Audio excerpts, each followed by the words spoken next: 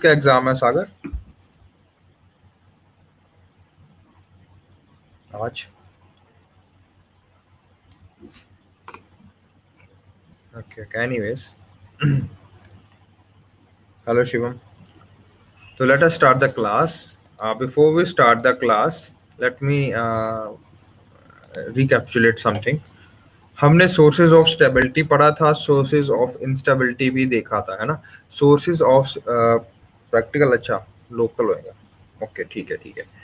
तो sources of stability में देखा था कि हमने देखा था कि जो भी न्यूक्लियर रिएक्शंस हो रहे हैं उनका एक ही तात्पर्य है कि भैया जी अपने आप को स्टेबिलिटी की तरफ लेके जाना. जब मैं स्टेबिलिटी बोल रहा हूँ उसका तात्पर्य ये है कि बेटा अपने आप का न्यूट्रॉन बाय प्रोटॉन रेशियो कितना रखना. अगर आइडियल है तो 1 रखना, अगर ज्यादा से ज्यादा रखना है तो 1.50 के अंदर रखना.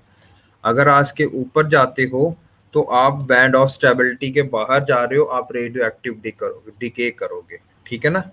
ओके.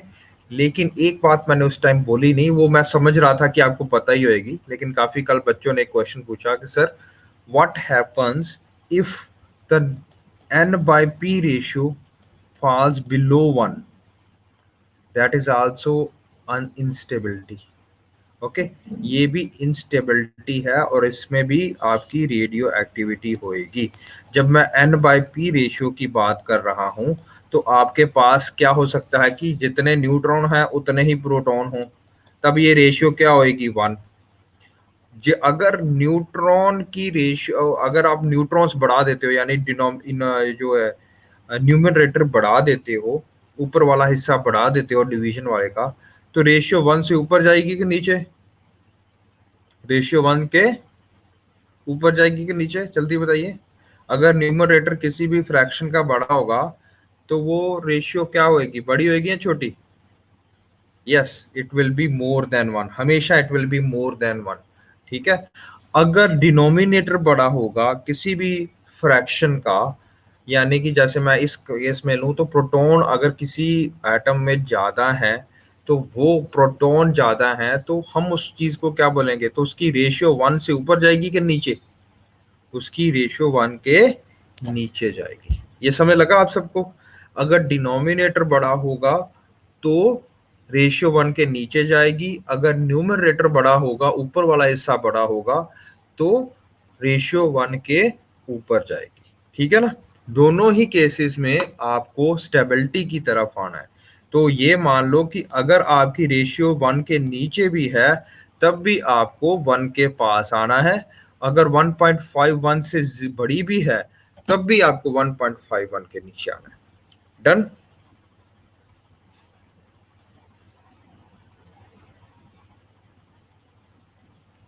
बेटा वो जो मैंने पहले बोला था वो सर्टेन एटम्स के लिए था, आइसोटोप्स के लिए था. ठीक है ना. In case of radio active nuclei जब हम बात कर रहे हैं हैवियर न्यूक्लियस के लिए, ठीक है ना, वो तब हम कह रहा था 0.1 to 5 के बीच में. बट जब हम बात करेंगे आइसोटोप्स की तो अगर हम C614 करते हैं, ठीक है ना, और C612 करते हैं, इनमें न्यूट्रॉन और प्रोटॉन रेशियो ज्यादा ऊपर नीचे होती है. इसके कारणवश हमने इसमें नहीं रखना है जो आइसोटोप्स होते हैं लोअर आइसोटोप्स के लिए. Okay Manish, done. अब हम चलते हैं आगे, ये लोअर आइसोटोप्स के लिए. Okay. Now one important thing is more, ये हो गया स्टेबिलिटी हो गया. अच्छा, सोर्सेज ऑफ स्टेबिलिटी क्या है? Let me write it over here. What are the source, कौन कौन से हो सकते हैं इंस्टेबिलिटी के? Sources of instability. इंस्टेबिलिटी मतलब रेडियो एक्टिविटी के लिए क्या क्या चाहिए. अगर अनस्टेबल एटम करना है आपको किसी के लिए तो आपके पास क्या क्या होना चाहिए. कब हो सकता है? पहली बात तो ये, when there is a too big of a nucleus, too big nucleus का रेडियस जब टू बिग होगा, that is why when there will be much more instability. लगा समझ? न्यूक्लियस बहुत कॉम्पैक्ट होता है. मैंने पहले बताया था आपको कि स्ट्रॉन्ग न्यूक्लियर फोर्सेस का कंसेप्ट होता है और इलेक्ट्रिकल रिपल्शन का कंसेप्ट होता है।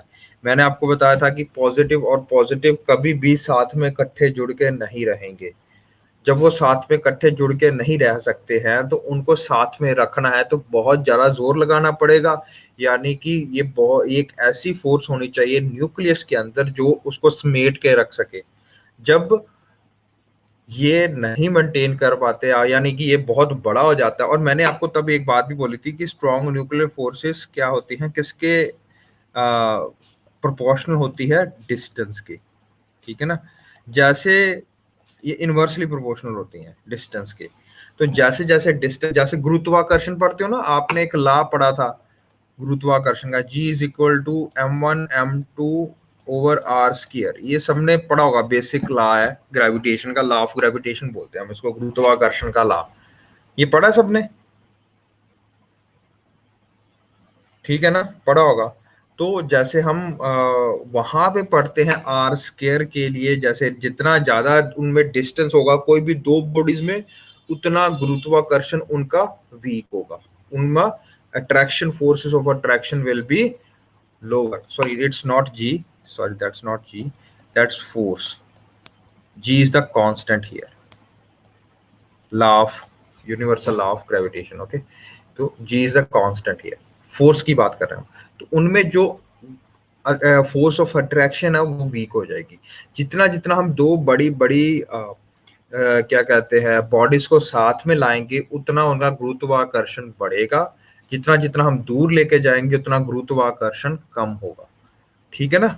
तो उसी तरह जैसे हमने देखा था कि force is inversely proportional to radius, यानी कि उनके बीच में जितना डिस्टेंस बढ़ेगा उतनी फोर्स कम होगी। उसी तरह स्ट्रॉन्ग न्यूक्लियर फोर्सेस में भी रेडियस का जितना साइज बढ़ता रहेगा, ठीक है, उतना उतना उनमें डिस्टेंस बढ़ता रहेगा। जितना डिस्टेंस बढ़ेगा उतनी फोर्सेस वीक होंगी। ये हम पहली बार पहले पहले भी करके आ चुके हैं। तो एक रीजन ये हो सकता है कि when there is too big of a nucleus. What is the other reason do you think, और क्या रीजन हो सकता है?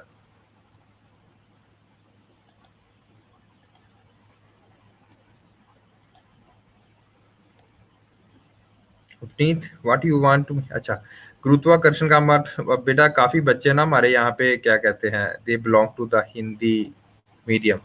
I prefer it is a law of gravitation. We call that force of attraction. Okay, force of attraction is equal to G m1 m2 over r square. R is the distance between the two heavenly bodies. Okay, two big planetary bodies के बीच में जो distance है that is known as r.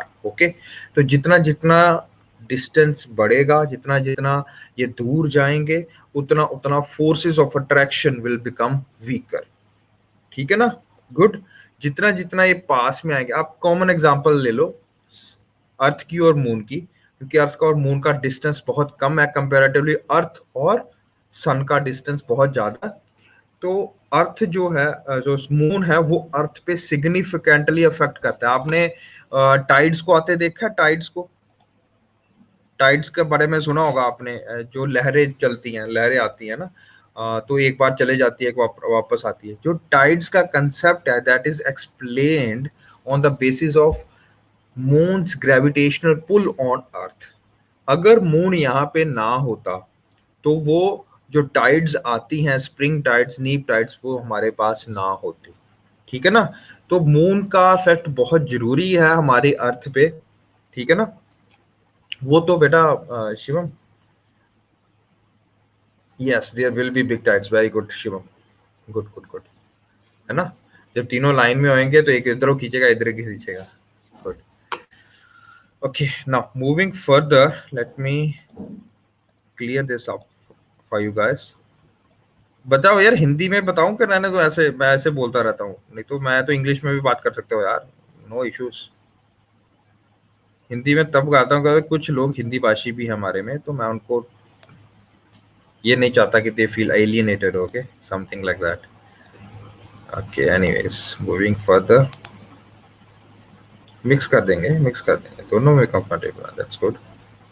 Okay, तो second reason becomes when atom has too many neutrons for protons.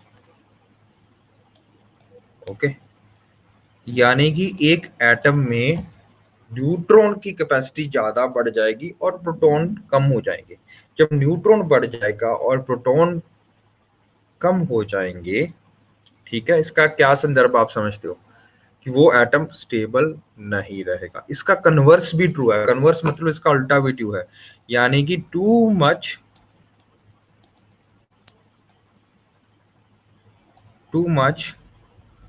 Neutrons, too much protons, इसको proton rich atom भी बोलते हैं, too much protons for few neutrons. ठीक है, either neutron बढ़ जाए proton कम हो जाए, या प्रोटॉन बढ़ जाए और न्यूट्रॉन कम हो जाए, ये दोनों केसेस में इंस्टेबिलिटी आएगी। Make sense? गुड। और लास्ट रीजन है हमारे पास आज का, वो है too much energy. Too much energy किसी भी एटम में अगर वैन, चाहे वो रेडियो आइसोटोप हो लोअर एलिमेंट्स का, या वो हायर हैवियर एलिमेंट्स का एटम हो, अगर उसमें एनर्जी का कंसेप्ट ज्यादा है, एनर्जी ज्यादा है उसमें एटम में, यानी कि न्यूट्रॉन और प्रोटॉन को बाइंड रखने वाली एनर्जी बहुत ज्यादा है, तो निर्धारित है या ये तय है कि वो एटम भी इनस्टेबल रहेगा। उसको कुछ ना कुछ बाहर निकालना पड़ेगा अपने आप को स्टेबल करने के लिए। डन। तो ये चार चीजें हो सकती हैं आपके पास जिसके कारण इंस्टेबिलिटी हो सकती है। अब इंस्टेबिलिटी होने के बाद क्या होगा? Radio activity. रेडियो एक्टिविटी के कारण क्या होगा? Radio active DK. डीके यानी कि रेडियो एक्टिविटी के कारण रेडियो एक्टिविटी डीके होगा। डीके मतलब बाहर चीज निकालेगा कुछ। हम कल ही पढ़ के आए हैं, तो बाहर क्या चीज निकल सकती है, मैंने आपको कल भी बताया था। हो सकता है कि ये एटम कोई पार्टिकल बाहर भेजे। अब कौन से पार्टिकल बाहर भेज सकता है? अल्फा, बीटा रेस, ठीक है ना, और गामा रेस। Very good. या हो सकता है कि गामा रेस, ठीक है ना, अल्फा बीटा और गामा रेस बाहर फेंके। हो सकता है कि ये चीज कल्ली गामा रे एमिशन करे, ठीक है ना, सिर्फ एनर्जी को बाहर निकाल दे और स्टेबल हो जाए, ठीक है ना, ये भी पॉसिबल है। हो सकता है कि दोनों चीजें करे, अल्फा बीटा रे एमिट भी करे, पार्टिकल्स आए। देखो, gamma is a ray, alpha beta are particular emission, ठीक है ना, पार्टिकल्स निकलेंगे उसमें, कुछ ना कुछ बाहर निकलेगा, ठीक है ना। What are particles? पार्टिकल्स का मतलब है जैसे कि न्यूट्रॉन प्रोटॉन बाहर को निकलना, बाहर धकेल देती है जब ये, ठीक है, उसको बाहर धकेल देती है ताकि हम अंदर से स्टेबल हो जाए, ठीक है ना। तो ये चीजें होती हैं हमारे पास। अच्छा, ये क्वेश्चन यूपीएससी में भी आया था, मैं आपको बता देता हूँ, अभी करवा देता हूँ। उन्होंने पूछा था कि रेट ऑफ डिके जो होता है किसी भी रिएक्शन का, न्यूक्लियर रिएक्शन का रेट ऑफ डिके किस पे निर्भर करता है? It dependent upon what? आपके पास ऑप्शंस हैं। It depends upon the temperature of the element, number one option. Number two option is pressure, atmospheric pressure पे डिपेंडेंट करता है। Number third option is chemical composition पे डिपेंड करता है, ठीक है। नंबर फोर्थ ऑप्शन इज ये डिपेंड करता है अमाउंट ऑफ द सब्सटेंस के ऊपर, amount of radio active substance के ऊपर, सब्सटेंस के ऊपर, ठीक है। या ये डिपेंड करता है type of radio active material के ऊपर। बताइए, ये चार ऑप्शंस है आपके पास, किन चीज़ों पे निर्भर करता है या किन चीज़ों पे नहीं निर्भर करता है? बताइए। चार ऑप्शन बता दी, टेम्परेचर ऑफ द एलिमेंट, या temperature of the reaction, nuclear reaction भी बोल सकते हो, और टेम्परेचर ऑफ न्यूक्लियर रिएक्शन पे भी डिपेंड करता है, okay. At pressure, at chemical composition, और amount of radioactive substance, or type of radioactive substance. What is the answer?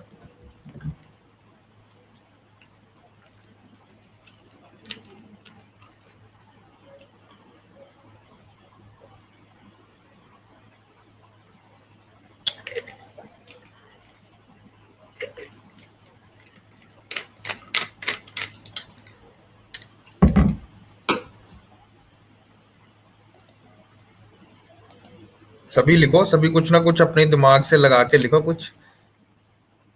Hello Komal, hello Kajal, hello Monika Bundel, आप भी आंसर करो बेटा। सागर आप भी, शना, सारा, पूजा, दिलप्रीत, सभी आंसर करो। I want to see the answer. Okay, appreciate.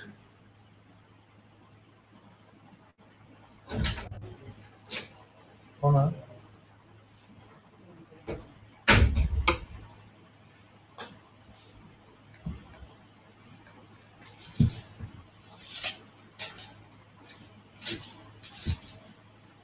Everyone done? Now, I think only Prishit has done the right answer. Okay, the answer is this and this only. It does not depend upon the type of temperature of the element or of the nuclear reaction. It does not depend on the pressure. It does not depend upon the chemical composition. ठीक है? Now, why it does not depend the temperature of the element or of the nuclear reaction? Nuclear reaction के बाद temperature increase होता है, nuclear reaction के पहले temperature increase होगा ये जरूरी नहीं है। ठीक है जी, जब आप रिएक्शन करते हो, न्यूक्लियर रिएक्शन पढ़ेंगे हम, न्यूक्लियर फिशन रिएक्शन या फ्यूजन रिएक्शन, उसके लिए टेम्परेचर एक क्राइटेरिया नहीं होता है। ठीक है, हाँ, न्यूक्लियर फिशन रिएक्शन जब हम पढ़ेंगे या फ्यूजन रिएक्शंस पढ़ेंगे, टेम्परेचर इज बाद में इंक्रीज होता है। ठीक है, ये एक्सोथर्मिक रिएक्शन है। ठीक है, एंडोथर्मिक नहीं है, ये बाहर निकालता है टेम्परेचर को, मतलब टेम्परेचर इंक्रीज करता है। That is the fusion, that is a temperature. मैंने type of element, temperature of the element लिखा है। टेम्परेचर किसी पे it's not dependent, it's not solely dependent. ठीक है जी, on temperature of the element या न्यूक्लियर रिएक्शन पे डिपेंड नहीं करता, temperature of the nuclear reaction पे डिपेंड नहीं करता। ठीक है, done.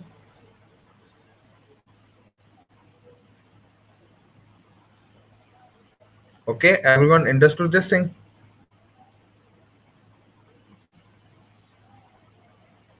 Shiv, what are you trying to say, beta? Temperature of element. क्या बोल रहे हो Shiv? It does not depend upon the temperature of the element or of the nuclear reaction. Does not solve it. Okay, that is the rate of decay, beta. We are talking of the rate of decaying of a stable. You are talking about nuclear fusion reactions. Okay, fusion में दो nuclei जुड़ते हैं, ठीक है, तो energy release होती है। ठीक है, न्यूक्लियर डिके में क्या हो रहा है कि जो ऑलरेडी एक न्यूक्लियस है वो टूट रहा है। समझ रहे हो? How can temperature affect the rate of decay? Okay, समझ लग गया? Nuclear fusion reaction is all together different ball game. ठीक है ना, this does not alter stability. Okay, stability को रेफर करने में या इंस्टेबिलिटी करने के लिए आपके पास रेडियो एक्टिव डिके होगा, बाहर निकालोगे कुछ। जब आप ऑलरेडी दो छोटे लाइटर एलिमेंट्स को जोड़ रहे हो, उसके लिए definitely there will be higher amount of temperature needed. ठीक है ना, बट हम यहाँ पे रेडियो एक्टिव डिके की, टूटने की बात कर रहे हैं, तो we are talking about radioactive nuclear fission. Okay, या natural radioactivity going on. ठीक है ना, गुड शिवम। तो अगर पेपर में क्वेश्चन आता है, that was the UPSC question, and काफी बच्चों ने कंफ्यूज भी किया था, और बाद में यूपीएससी ने की में क्लियर किया था कि answer is this and this only. ठीक है ना, Prashit has also said why not such chemical composition. Yes, that is the after effect, that is not the requirement for the rate of decay. Okay, ये rate of decay को किसी तरह से भी नहीं इन्फ्लुएंस करेगा। ठीक है ना, रेट ऑफ डिके के बारे में समझो। रेट ऑफ डिके है कि भाई सपोज कोई एलिमेंट है, उसका हमने 1000 केजी लिया है, कितने टाइम में वो आधा रहे हो जाएगा, उसके बाद कितने बार में वो 1/4 रह जाएगा, 1/8 रह जाएगा, 1/12 रह जाएगा, 1/16 रह जाएगा, इस तरह से। ठीक है ना, रेट ऑफ डिके किस तरह से चलेगा उसका, that is not dependent upon temperature. ठीक है, that is not destroying capacity, okay, that is utilization capacity. कितने टाइम पे रेट ऑफ डिके उसका कम होता रहेगा, रेट ऑफ डिके। ठीक है, ये हम पढ़ने आज हमने क्या होता है, ये हाफ लाइफ का कंसेप्ट क्या होता है। केमिकल कंपोजिशन पे डिपेंड नहीं करता है। ठीक है, केमिकल कंपोजिशन पे क्यों नहीं करता, क्योंकि केमिकल कंपोजिशन जहां पे आ गई वहां पे इलेक्ट्रॉन का कंसेप्ट आ जाएगा, वैलेंस इलेक्ट्रॉन का कंसेप्ट आ जाएगा। न्यूक्लियर रिएक्शंस में केमिकल कंपोजिशन का कोई मतलब नहीं बनता। ठीक है प्रेषित, okay. Now, amount of radioactive substance. What do you mean by amount of radioactive substance?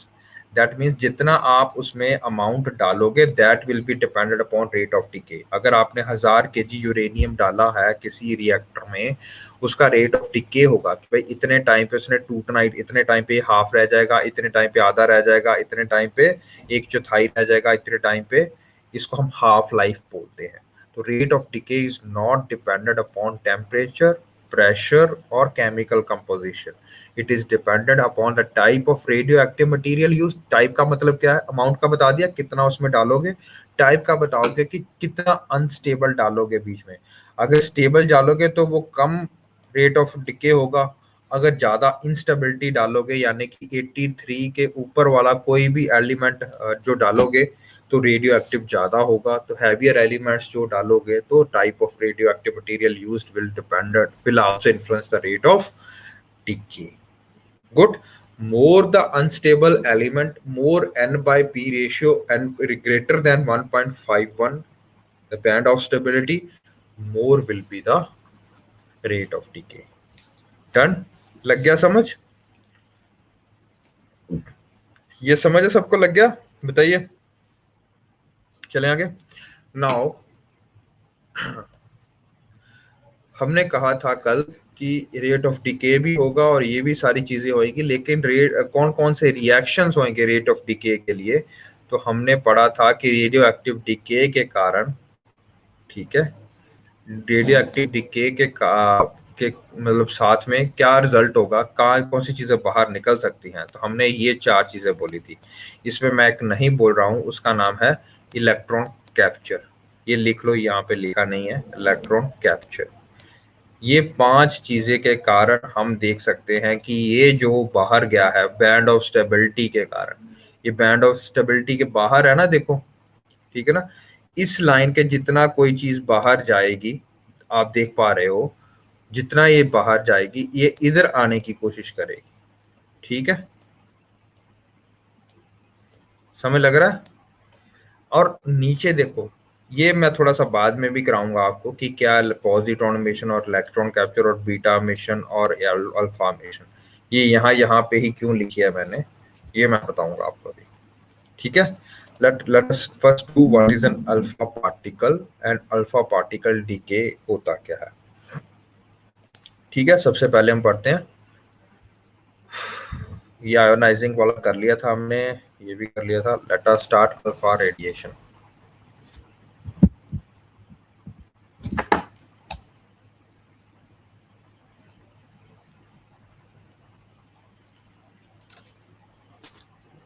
Good. So जब अल्फा रेडिएशन या अल्फा डिके होगा या अल्फा पार्टिकल डिके होगा तो 2 प्रोटॉन और 2 न्यूट्रॉन बाहर निकलेंगे। अब मेरे को बताओ, अगर कोई एलिमेंट आपके याद में हो जिसमें 2 प्रोटॉन और 2 न्यूट्रॉन होते हो, बताइए। याद है? हीलियम। हीलियम का जो स्ट्रक्चर होता है वो होता है 2 and 4। ठीक है ना, इस तरह से।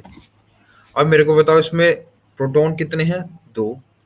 न्यूट्रॉन कितने हैं? 2। ठीक है ना, लग गई समझ?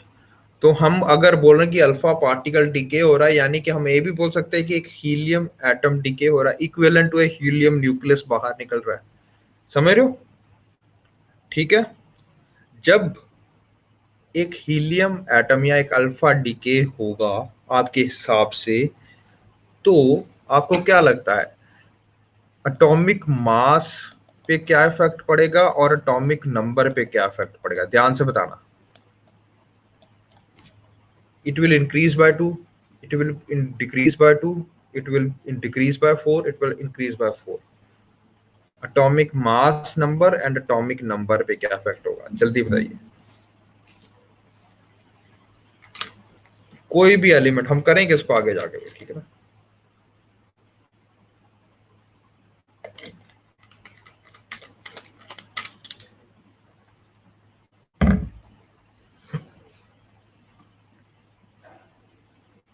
गुड, लग रहा सबको। तो मास नंबर जो होगा वो 4 से डिक्रीज हो जाएगा, एटॉमिक नंबर जो होगा 2 से डिक्रीज हो जाएगा, नीचे वाला, ठीक है ना। तो मैंने आपको जब करवाया था अल्फा पार्टिकल के बारे में, सॉरी इसके बारे में, तो मैंने आपको कराया था कि बिस्मथ एक ऐसी है जिसका एटॉमिक नंबर है 209, ठीक है। इसके ऊपर जितने भी एलिमेंट्स आएंगे हैवी एलिमेंट्स में माना जाएगा और they will be radio active. एक बात मैं और कही थी, ठीक है ना, वो ये कही थी कि जब एटॉमिक नंबर 83 से ऊपर जाएगा, atomic mass number is this, atomic number is this. तो एटॉमिक नंबर जब 83 से ऊपर जाएगा यानी कि 84 85 जब भी जाएगा तो वो हैवी न्यूक्लियाई में रखा जाएगा और वो रेडियो एक्टिव होंगे, स्पॉन्टेनियसली रेडियो एक्टिव होंगे। सपोज एक एलिमेंट है, मैंने उसका नाम दे दिया पोलोनियम। तो जो पोलोनियम है, ठीक है ना, उसका सिंबल है पीओ, ठीक है ना। पोलोनियम का जो एटॉमिक नंबर है, सॉरी पोलोनियम का जो एटॉमिक नंबर है वो है 212 mass number, sorry this is not the way, wait wait wait. Polonium का जो नंबर है वो है 212, ठीक है, ओके। और इसका ये है 84। क्या ये रेडियो एक्टिव है आपके हिसाब से? ठीक है, this will be radio active, ठीक है। जब ये टूटेगा स्पॉन्टेनियसली रेडियो एक्टिव डिके करेगा, ठीक है, तो बनाएगा लेड, पीबी, ठीक है ना। लेड का से जो ये है लेड बनाएगा और उसका क्या होगा, प्लस हीलियम या अल्फा पार्टिकल बोल दो, सॉरी अल्फा पार्टिकल एमिट करेगा जिसका कि 2 नीचे होएगा, 4 यहाँ पे होएगा। अब मेरे को बताओ यहाँ पे ऊपर क्या लिखूं जहां जो यहाँ पे और यहाँ पे दोनों बैलेंस हो जाए। What will be its atomic number lead का बताइए क्या होगा।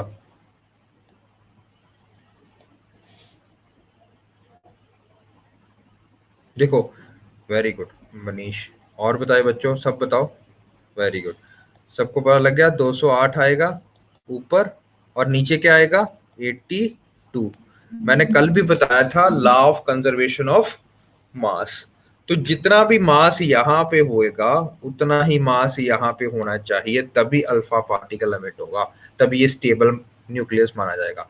8 और 4 12 हो गए, 82 और 2 84 हो गए, डन, ठीक है। अब मेरे को बताओ ये स्टेबल है या ये स्टेबल है, लेड स्टेबल है या पोलोनियम स्टेबल है? Done, stable one is lead one, ठीक है ना, डन। तो जब इसने बाहर निकाल दिया एक पार्टिकल, ठीक है, उस पार्टिकल का नाम हमने रखा अल्फा पार्टिकल, अल्फा पार्टिकल। आप इसको तब याद रखो, मैंने आपको जब पुराने बच्चों को भी और नए बच्चों को भी जब मैंने आपको एक एक्सपेरिमेंट करके दिखाया था, अर्नस्ट रदरफोर्ड वाला मॉडल करा था ना हमने, रदरफोर्ड अल्फा या गोल्ड स्कैटरिंग एक्सपेरिमेंट, याद है जब हम मॉडल ऑफ एटम कर रहे थे कि एटम क्या होता है, एटम के अंदर न्यूक्लियस होता है। तो रदरफोर्ड ने सबसे पहले अल्फा पार्टिकल को उससे टकरवाया था, किससे टकराया था, गोल्ड के गोल्ड फॉल एक्सपेरिमेंट में, यस। तो अल्फा पार्टिकल को जब टकरवाया था न्यूक्लियस से, तब उसको पता चला था कि न्यूक्लियस जो है वो सेंटर में लोकेटेड होता है, सारा बार उसी में कंसंट्रेटेड होता है और उसके बाकी सारी जगह खाली पड़ी है, डन। ये हम लास्ट टाइम जब रदरफोर्ड एक्सपेरिमेंट करके आए थे वो गोल्ड स्कैटरिंग एक्सपेरिमेंट वाला, तो हमने उस टाइम ये बात कही थी न्यूक्लियस वाली, डन। तो अब हमें ये पता चल गया कि भैया 2 प्रोटॉन और 2 न्यूट्रॉन निकलेंगे, यस। इसका एटॉमिक मास डिक्रीज होगा 4 से, एटॉमिक नंबर डिक्रीज होगा 2 से, ठीक है। अब चाहिए लार्जेस्ट पार्टिकल है जो एक एटम एमिट कर सकता है, एक nucleus, sorry not atom, nucleus emit कर सकता है, और इसमें 2 न्यूट्रॉन और 2 प्रोटॉन बाहर जाएंगे, ठीक है ना। जब न्यूट्रॉन और प्रोटॉन बाहर जाएंगे, इसका मतलब समझो क्या है। इसका मतलब है उसका ऑलरेडी जो न्यूक्लियस है वो बहुत बड़ा होगा, अनस्टेबल होगा, है ना। तो ये वाला देखो, ये बैंड ऑफ स्टेबिलिटी में अल्फा एमिशन सबसे ज्यादा कहाँ पे पाया जाएगा, जहां पे न्यूट्रॉन और प्रोटॉन दोनों ही बहुत ज्यादा है, पहली बात, ठीक है। और ये हैवियर हैं, हैवियर एलिमेंट्स में आते हैं, यानी कि इनका साइज 209 ऐसे करके है, 209 से ऊपर की तरफ है। ये समय लग रहा है। 4 mu atomic mass unit, Avneet, 4 mu is atomic mass unit. It is one of the way of writing क्या कहते हैं, you cannot say ना कि 4 ग्राम, ठीक है ना, in atomic experiments. तो we usually like 4 AMU atomic mass units. Okay, we don't use gram, kilogram in atomic scales. Okay, so we say when we need to write something, we write that as AMU. Okay, good. लग गया समझ। Alpha mission यहाँ पे क्यों लिखा मैं, क्योंकि ये हैवियर पार्टिकल्स के लिए होगा। ये वो पार्टिकल्स होंगे जिनका साइज 209 से ऊपर है एटॉमिक मास यूनिट, और जिनका एटॉमिक नंबर 83 से ऊपर है, जो कि न्यूट्रॉन और प्रोटॉन दोनों बाहर निकालना चाहते हैं, ठीक है, ताकि उनका न्यूक्लियस स्टेबल हो जाए।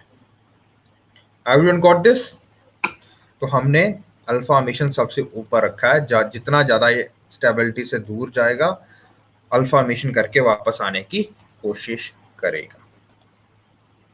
Everyone clear about this? Now let me show you some examples, some more examples, ठीक है ना। तो अल्फा डिके होगा, तो ये हमने पढ़ लिया है। A is the atomic mass, Z is the atomic number। तो 2 से ये जाएगा, 4 से ये जाएगा, प्लस हीलियम, यानी कि अल्फा पार्टिकल बाहर निकल जाएगा, ठीक है जी। सिमिलरली ये भी आपको समझ लग गया, ये रेडियम से रेडॉन की तरफ जा रहा है, ये 226 है, ये 28 है, 88 है, ठीक है ना। ओके, तो जब ये बाहर निकालेगा तो कितना निकालेगा, ये समय लग रहा है अब, ठीक है। अच्छा, एक बात सुनो मेरी, ठीक है, ये एक भी निकाल सकता है, ये हम आगे भी करेंगे, 2 भी निकाल सकता है पार्टिकल्स अल्फा, वो हम बाद में बात करेंगे किस तरह से निकालता है। अभी के लिए इतना समझ लो, ये समय लग रहा है ना, ये 226 बन गए, ये 88 बन गए। गुड, मेक सेंस, ठीक है। नाउ मेरे को कोई बंदा ये इक्वेशन को सॉल्व करके बताए कि यहाँ पे कोई एलिमेंट है, हमें नहीं पता कौन सा होगा, ठीक है। बताइए ये वाला एलिमेंट, अभी एलिमेंट छोड़ दो, ये बताओ ये ए और जेड की क्या वैल्यू है, एलिमेंट वो बाद में बता दूंगा मैं,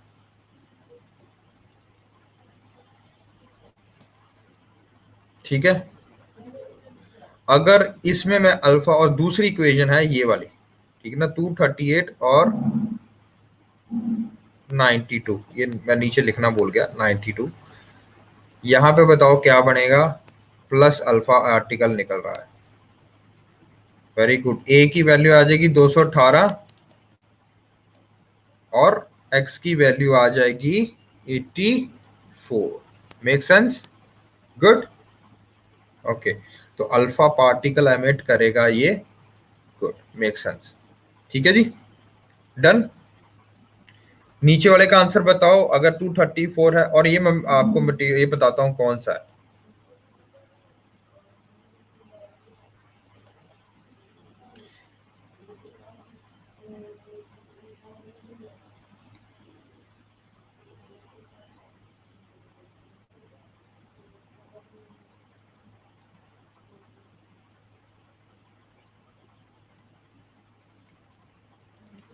ये पोलोनियम, याद है, अभी तो हम करके आए थे पोलोनियम, 2018 और 84, 84 अभी करके आए थे हम। Very good, 230 and 90। What is the element here? ये तो अल्फा पार्टिकल है, that is the size 2 and 4, यानी कि हीलियम न्यूक्लियस। यहाँ पे आएगा थोरियम, TH, जिसका कि एटॉमिक मास नंबर कितना होगा? 230 और 90। Make sense? Good, clear? Anyone good? Okay, now alpha decay occurs because of the strong nuclear force is unstable to hold very large nucleus together। तो alpha decay पहली बात लिख लो कहाँ पे होगा? जहां पे साइज 209 के बड़ा है, एटॉमिक मास और 83 से एटॉमिक नंबर बड़ा है, स्टेबल नहीं है। Very good observation Manish. इसीलिए अभी रुक जाओ, मैं अभी नहीं करवा रहा हूँ, ये इक्वेशंस पूरी नहीं है, अभी मैं छेड़ नहीं रहा हूँ इसको अभी, ठीक है ना? अभी के मैं इसको छेड़ नहीं रहा हूँ, अभी के लिए इतना पढ़ लो। आगे जाके मैं बताऊंगा बीटा गामा और पॉजिट्रॉन एमिशन, वो भी साथ में होंगी, तो अभी मैं वो नहीं करवा रहा हूँ। ओके मनीष? तो इसका मतलब है अल्फा डिके में स्ट्रॉन्ग न्यूक्लियर फोर्सेस जो हैं वो, क्योंकि साइज बहुत बड़ा हो गया, मैंने आपको बताया था वन ऑफ द कॉजेज या source of instability is too big a nucleus. जब साइज बहुत बड़ा होगा तो स्ट्रॉन्ग न्यूक्लियर फोर्सेस डिक्रीज हो जाएंगी, उसके कारणवश न्यूक्लियस को हेल्ड टुगेदर करना डिफिकल्ट हो जाएगा। दूसरी बात क्या होगी कि इलेक्ट्रिकल रिपल्शन, पॉजिटिव और पॉजिटिव प्रोटॉन के पास में इलेक्ट्रिकल रिपल्शन बहुत बढ़ जाएंगी, तो वो न्यूक्लियर फोर्सेस को वीक कर देंगी और इसके कारणवश वो न्यूक्लियर फोर्सेस को डिके करने के लिए बोलेंगे, ठीक है ना? और ये जब अमिशन होगा हमेशा याद रखिए, it will be preferred way of decay of mode of, जो डिके कहाँ पे होगा, अल्फा डिके कहाँ कहाँ पे होगा, याद रखिए 209 के ऊपर और 83 के ऊपर, 83 एटॉमिक नंबर के ऊपर। Done, good. नाउ अभी एक क्वेश्चन पूछा मनीष ने, सर कि थोरियम भी स्टेबल नहीं है, ठीक है ना? थोरियम स्टेबल नहीं है, let us delve into this part, okay? like wait wait, अब इसको बताओ, इसमें न्यूट्रॉन बाय प्रोटॉन क्या है, रेशियो क्या है, जल्दी बताइए इसमें, और इसकी न्यूट्रॉन बाय प्रोटॉन रेशियो बताइए मेरे को, जल्दी बताइए कितना बना? 800।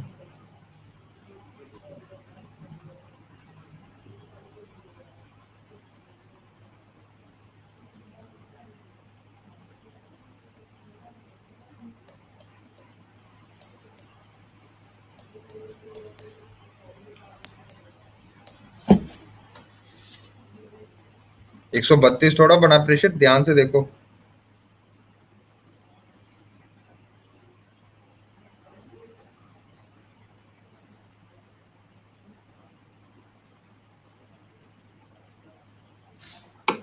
Done, the answer to this equation is 1.54, ठीक है? अब थोरियम की बात, चलो मेरे साथ थोरियम की बात करो, थोरियम की बात 1.54 एग्जैक्ट बोलो, 1.54 है, ठीक है संदीप? तो ये 1.51 के ऊपर है तो अनस्टेबल था। तो अब जब इसने अल्फा पार्टिकल बाहर निकाल दिया है, अब इसका मास बन गया है 230/90, ठीक है ना? तो अब बताओ कितना बना?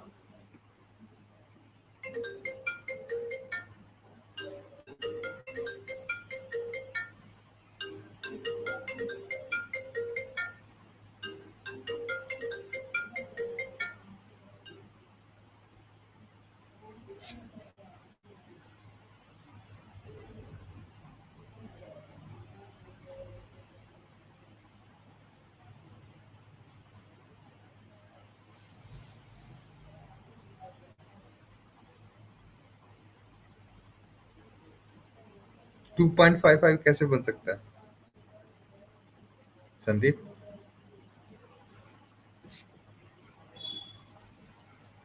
140/19 नहीं बना,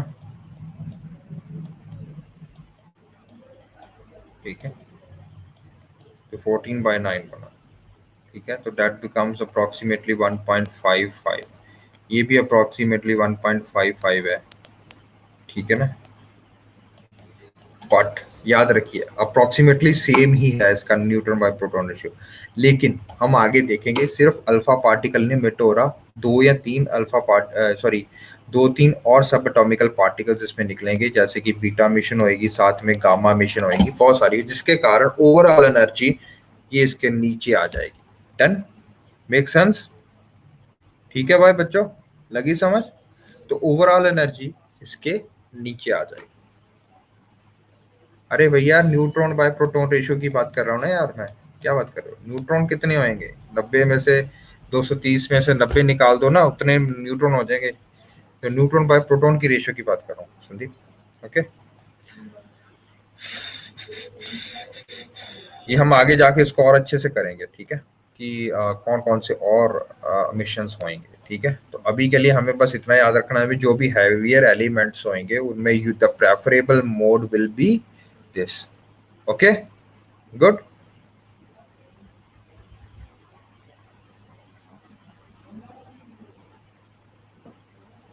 गुड गुड गुड। ओके, एक और क्वेश्चंस करते हैं। Let me repeat once more. Okay, तब हम इसको और अच्छे से समझने की कोशिश करेंगे। ओके, हाँ चलो, ये तो डन नहीं है। फिर अल्फा पार्टिकल समय लग गया ना, कहाँ कहाँ पे यूज करेंगे इसको। Now let us move to another important slide. This is very important slide. Alpha particle का ध्यान रखिए, it is high ionizing power, high ionizing power, but low penetration power, very low penetration power। ठीक है, यानी कि इसका मतलब क्या है?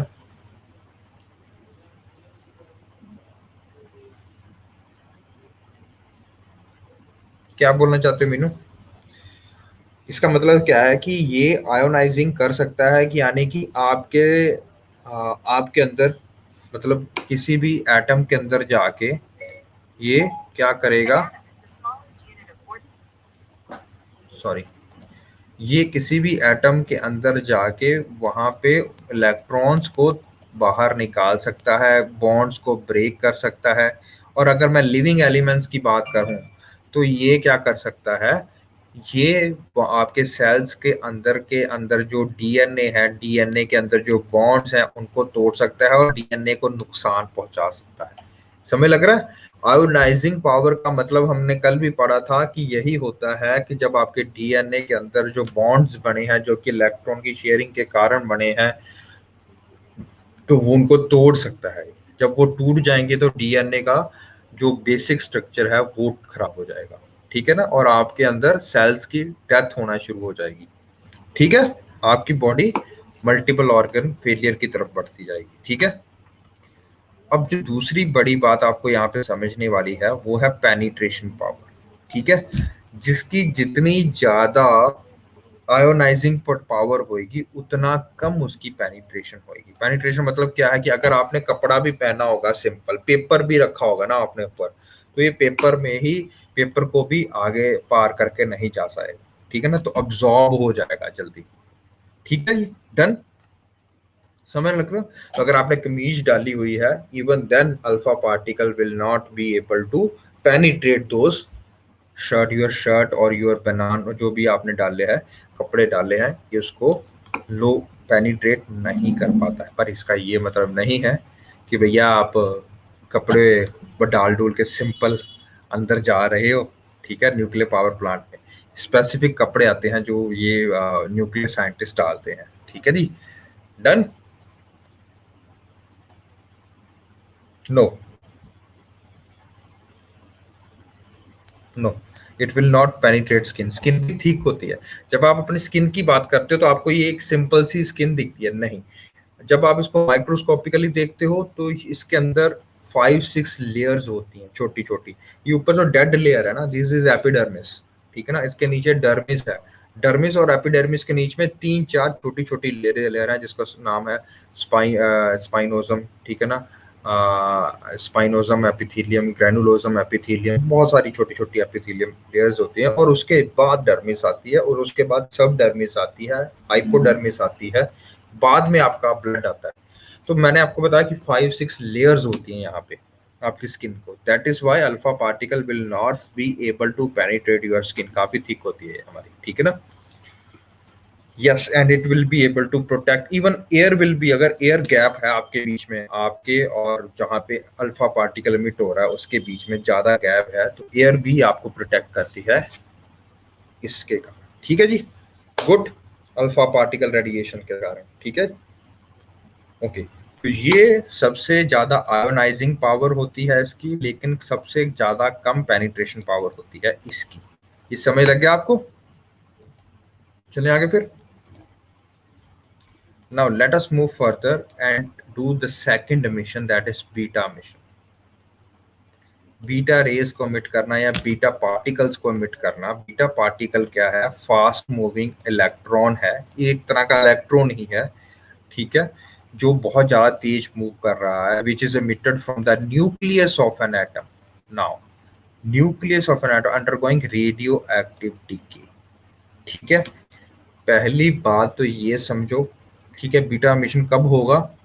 जब एक न्यूट्रॉन चेंज कर जाएगा एक प्रोटॉन में, ठीक है। मैंने आपको क्या कहा था, याद करिए अभी, let me show explain it. मैंने आपको कहा था कि आपके पास एक एटम, एक न्यूक्लियस के पास क्या क्या वेज हैं अपनी स्टेबिलिटी की तरफ जाने के लिए। एक तो हमने पढ़ लिया अल्फा डीके। अल्फा डीके में क्या हो रहा है? दो न्यूट्रॉन और दो प्रोटॉन बाहर निकल रहे हैं। मैंने कहा ये कहाँ पॉसिबल है? ये पॉसिबल है बेटा जहाँ पे हैवियर न्यूक्लियस है, जहाँ पे आपको जल्दी वेट शेड करना है, जहाँ पे आपको न्यूट्रॉन और प्रोटॉन जल्दी से बाहर निकालना है ताकि आप स्टेबिलिटी की तरफ जा पाए, ये हैवियर न्यूक्लियस के लिए है। लेकिन जब आपका पास रेडियो आइसोटोप है, लेक C6014 और C612, ठीक है ना, या S14, ठीक है ना, इस तरह से है। तो जब आपको ये वाले रेशियो के है जहाँ पे छोटे छोटे रेडियो आइसोटोप्स हैं आपके पास, ठीक है ना, आइसोटोप्स हैं आपके पास, तो वहां पे क्या होगा? वहां पे आप बेटर क्या यूज करोगे? Beta mission. बीटा मिशन का मतलब कुछ नहीं है। यूजुअली ये कहाँ पे होगा? पहली बात तो सुनो, जब एक न्यूट्रॉन एक प्रोटॉन में कन्वर्ट हो रहा है और इलेक्ट्रॉन में कन्वर्ट हो रहा है, तो इसका मतलब ये समझो कि अंदर ज्यादा क्या होगा? न्यूट्रॉन की एक्सेस होगी, ठीक है, न्यूट्रॉन ज्यादा होंगे, तो उसको कम करने की कोशिश हो रही होगी, ठीक है ना। डन, ये बात समझ लगी बेटा? बताओ पहले,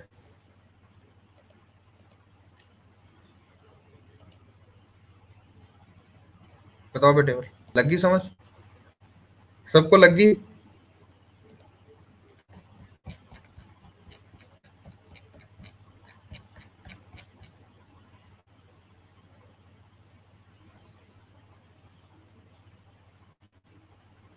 एवरीवन गॉट इट?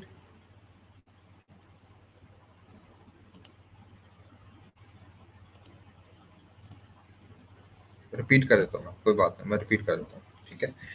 वो बीटा मिशंस कहाँ पे होंगे बेटा? बीटा मिशंस यूजुअली अकर्स जब आपके पास न्यूट्रॉन का एक्सेस हो। Let me give you an example first, okay.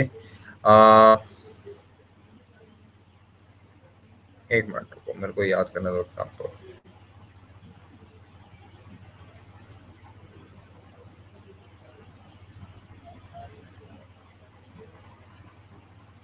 जैसे कि इसकी बात कर लेते हैं हम, क्या कहते हैं,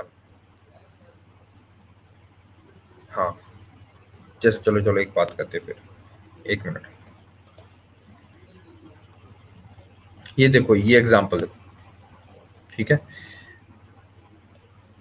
जैसे कि हमारे पास है सोडियम 11 और 22, ठीक है ना। बताओ इसमें न्यूट्रॉन और प्रोटॉन कितने हैं? बताओ।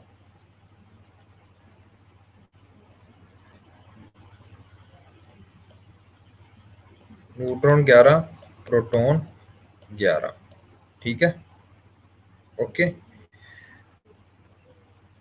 अब बात समझो मेरी, ये चेंज हो जाता है एक, sorry this is positron mission, sorry, this is wrong example.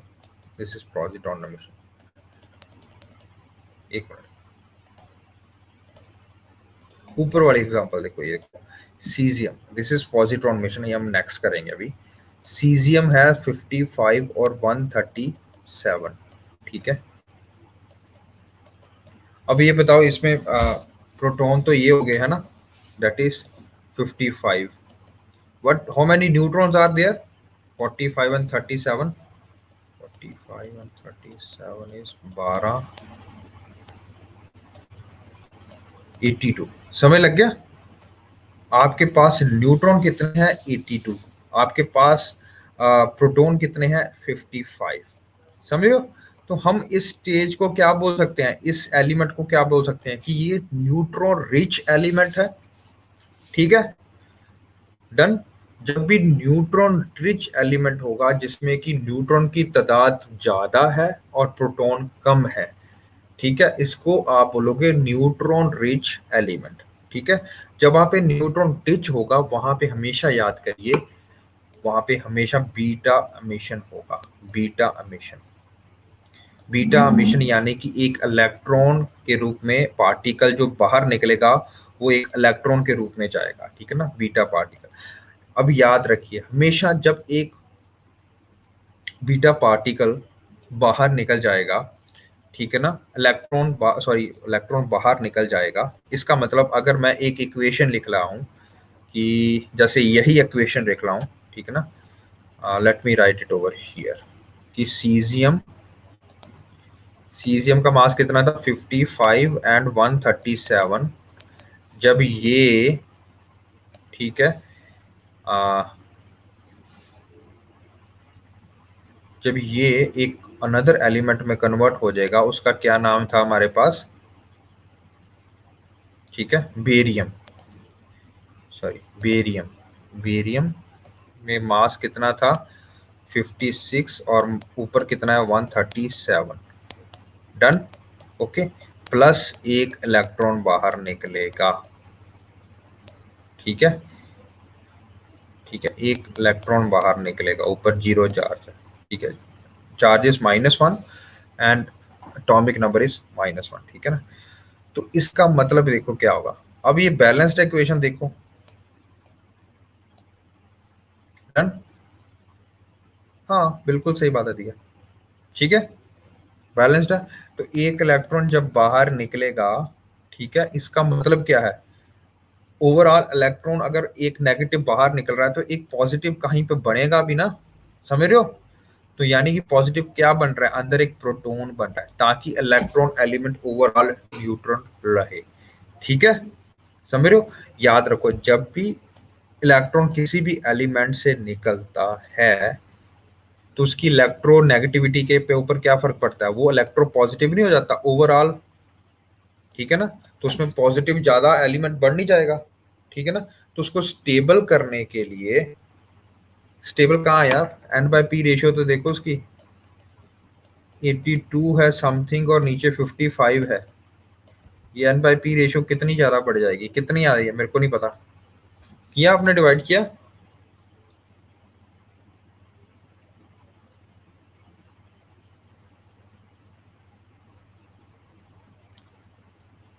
हाँ ठीक है ना, यस। तो ये बैंड ऑफ स्टेबिलिटी क्या होते हैं बेटा यार, ये पहले बताओ मेरे को। 9πp should be equal to 1, okay, यही बोला था ना मैंने, and by band of stability. तो ये यहाँ पे लाई करता है बिल्कुल जी, बिल्कुल बिल्कुल पास में। जब बिल्कुल पास है उसका चांस और चाहेगा कि मैं बिल्कुल साइड में हो जाऊं और अंदर आ जाऊं, ठीक है ना। तो इसका यही होता है, इसके कारण ये बीटा एमिशन कर रहा है, बस और कुछ नहीं। इसका मतलब ये नहीं है कि 1.51 मैंने बोल दिया है तो वो यही रहेगा, इसके ऊपर आने की कोशिश नहीं करेगा। ऑलवेज जो भी एटम है जितने जरा दूर है उस ग्राफ के कारण, उस लाइन के कारण, उसका मतलब यही है कि मेरे को पास में आना है, जितना मर्जी पास में आ सकूं, ठीक है। तो चाहे आप यहाँ हो या यहाँ हो, आपका मतलब ही क्या है? यहाँ पे पहुंचना, लाइन के पास, ठीक है, डन।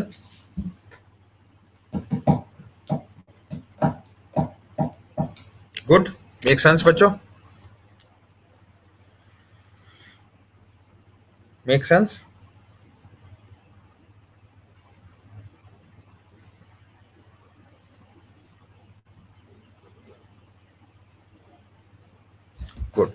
आ, अभी आपने किसी ने क्वेश्चन पूछा था ना, सीजियम स्टेबल है ना? तो यहाँ पे सीजियम की रेशियो आती है 1.49, यहाँ पे रेशियो आती है 1.n/47। Which one is more stable, 1.49 और 1.47? हमेशा 1.47, जितना नीचे कर पाओगे उतना आपका एलिमेंट स्टेबल रहेगा। ठीक है जी, done. Are you getting this point everyone? Manish, good, okay. Now ये समय लग गया आपको, बीटा मिशन क्या होती है? बीटा मिशन में एक न्यूट्रॉन किस में कन्वर्ट हो रहा है? एक प्रोटॉन में और एक इलेक्ट्रॉन में। डन। जो इलेक्ट्रॉन है वो बाहर निकल जाएगा, ओवरऑल क्या होएगा, एक गेन हो जाएगा आपका, क्या? Atomic number. गुड। तो जब भी आपने बीटा मिशन के बारे में पढ़ना है, दो चीजों का ध्यान रखिए। इलेक्ट्रॉन बाहर निकल जाएगा, जब इलेक्ट्रॉन बाहर निकलता है हम उसको बोलते हैं बीटा रेडिएशंस, ठीक है ना?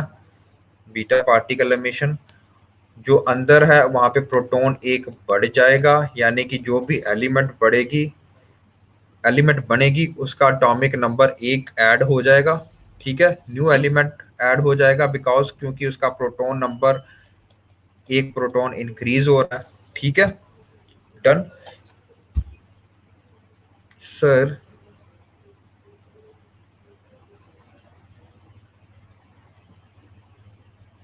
अरे ये एक एटम की बात हो रही है भैया, एक एटम की, वन एटम। ठीक है ना? एक gram of an element contain 6.023 to 10 raise to power 23 atoms. समझ रहे हो? तो आप एक एटम की बात कर रहे हो, एक एटम एक रिलीज करेगा और एक एटम रिलीज करके एक दूसरे एटम में कन्वर्ट हो जाएगा एलिमेंट के एटम में। ठीक है ना? that will entail 6.023 into 10 raised to power 23 molecules, 23 atoms that are contained in a single gram। समझ रहे हो? आप एक एटम की बात कर रहे हो और इतने एटम्स है वहां पे। ठीक है, आप ये मत सोचो वो करना शुरू हो गया अब वो करता ही रहेगा, इसके पीछे ऐसा कुछ नहीं होता है। जब भी ये स्टार्ट करता है तो इसका यूज होता है कि कम से कम जितना ज्यादा स्टेबल हो पाऊं मैं उतना करूं। इतना भी नहीं कि मैं स्टेबल करी जाऊं और 1.1/1 की तरफ आ जाऊं। ठीक है ना? तो इसी तरह से एलिमेंट बनते रह जाएंगे, इतनी एनर्जी बहुत चाहिए होती है इसके लिए, that is not available to it. Okay, artificially आपने देखा होगा कि कई साइंटिस्ट ना कई एलिमेंट्स तो खोजते हैं नेचर में जिसको रिफाइन करते हैं।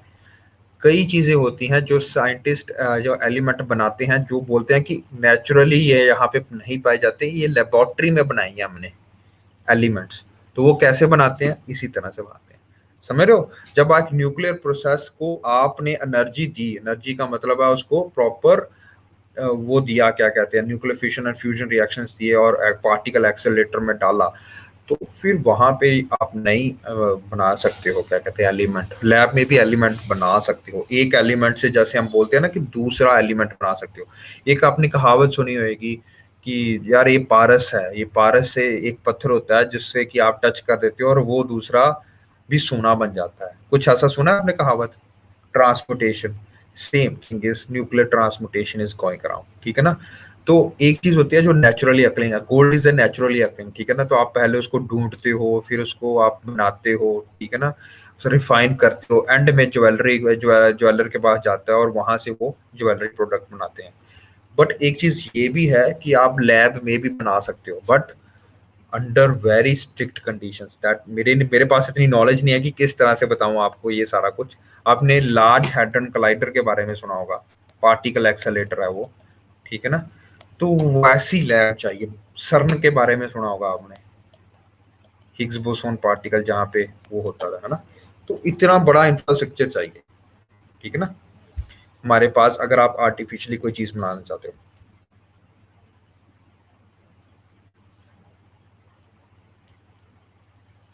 डीके करना स्टॉप हो जाएगा क्या? अरे that will depend upon the amount of substance ना, कितना लिया आपने। ठीक है, अब एक एटम की बात कर रहे हैं और 1 ग्राम है आपका एटम लिया है, तो 6.023 इंटू 10⁻23 उसमें एटम्स होंगे। उसके बाद उनका डिपेंड करेगा रेट ऑफ डिके कितना है। ठीक है ना? जो कि डिपेंड करेगा amount of the substance and type of the material used. ठीक है जी। But overall that will be much more stable radioactive substance. Stable that does not mean कि वो डिके नहीं करेगा, बट स्टेबल हो जाएगा वो। ठीक है जी। ओके, डन, गुड, चलिए आगे। अच्छा, दूसरी चीज होती है जो इसके ऑपोजिट है, वो हम बात करते हैं, उसका नाम है पॉजिट्रॉन एमिशन। इलेक्ट्रॉन थी ना, वो पॉजिट्रॉन है। फर्क बस इतना है, उसमें इलेक्ट्रॉन में -1 था, इसमें +1 है। समझ रहे हो? ये इलेक्ट्रॉन का भाई है, यानी कि अगर इलेक्ट्रॉन एक लड़की है तो ये लड़का है, जुड़वा। जुड़वा। ठीक है जी।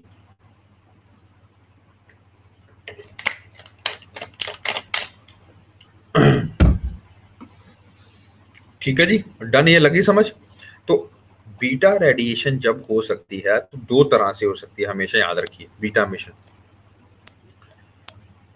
ठीक है, हो सकता है कि वहां पे इलेक्ट्रॉन बाहर निकले, हो सकता है कि वहां पे पॉजिट्रॉन बाहर निकले। ठीक है जी। जब इलेक्ट्रॉन बाहर निकलता है तो इसको बोलते हैं बीटा डीके। ठीक है, जब ये बाहर निकलता है पॉजिट्रॉन तो इसको बोलते हैं पॉजिट्रॉन डीके या पॉजिट्रॉन एमिशन। Positron emission. फर्क इन दोनों में सिर्फ इतना है, याद रखिए कि भैया ये पॉजिटिव नेट नेगेटिव चार्ज होता है इसका, इसमें नेट पॉजिटिव चार्ज होता है, 1 पॉजिटिव 1 नेगेटिव। ये लड़की है, ये लड़का है, जुड़वा। डन।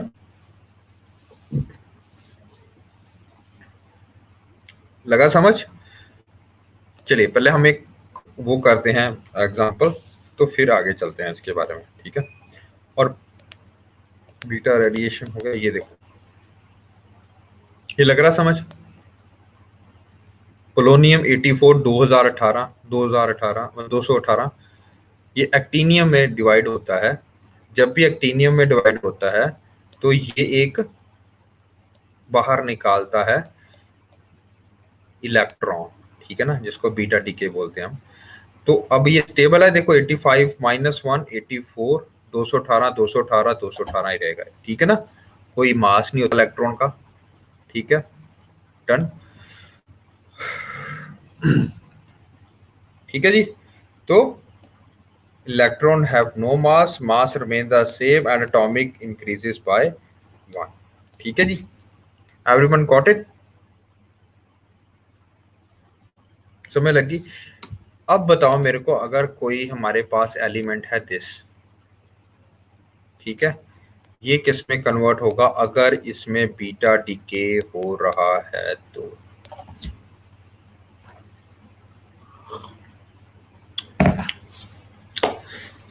बताइए।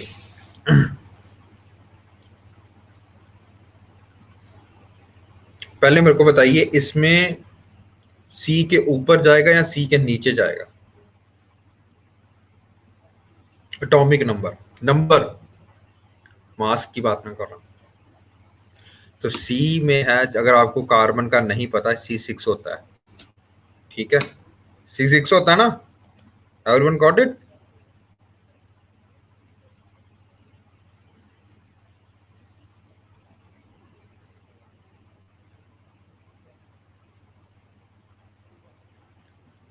डन।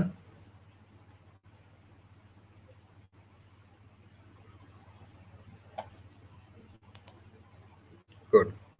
तो क्या बनेगा फिर, अब बताइए। 7 किसका होता है?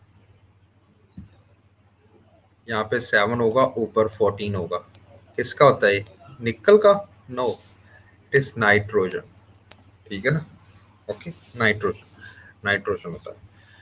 ओके, अब मेरे को बताओ इसमें कितना है न्यूट्रॉन बाय, न्यूट्रॉन कितने हैं इसमें? न्यूट्रॉन है हमारे पास, प्रोटॉन तो 6 है, न्यूट्रॉन 8 है, तो ये न्यूट्रॉन एक्सेस हो गया। Everyone got it? यहाँ पे देखो कितने हैं, न्यूट्रॉन 7, प्रोटॉन 7। लग गई समझ? गुड। तो अब आप देखो 8/6 बनता है हमारे पास 4/3, है ना, जो कि 4/3 कितना बनता है अगर आप डिवाइड करो 3 के साथ, 1.33। ठीक है, अब आप बोलोगे 1.33 तो सर स्टेबल है, नहीं। अब देखो कि ये बन क्या रहा है, 7/7। ठीक है ना, 1 नहीं बन रहा। ठीक है ना, लग रही समझ। तो मैंने आपको पहले भी बताया, आइडियली 1.5 होना चाहिए। ठीक है ना, जितने भी 1.5 से ऊपर जाएंगे वो डेफिनेटली ज्यादा रेडियो एक्टिवली अनस्टेबल होंगे। ठीक है, 1.51 के ऊपर। बट आइडियल रेशियो हमेशा एक ही रहेगी, वो जो लाइन है ना, लाइन के पार ही पहुंचना है आपको, इस लाइन के पास पहुंचना है, चाहे आप 1.3 है चाहे 1.1 है। Ideally stable line is 4 line. ठीक है जी, उसके पास पहुंचना जहां पे n/p रेशियो 1/1 रहे। अब लग गया समझ बेटो सबको, ये इंपॉर्टेंट कंसेप्ट है। Everyone, you understand. हमेशा मोर स्टेबिलिटी की तरफ जाना है आपको। आगे चले बच्चों।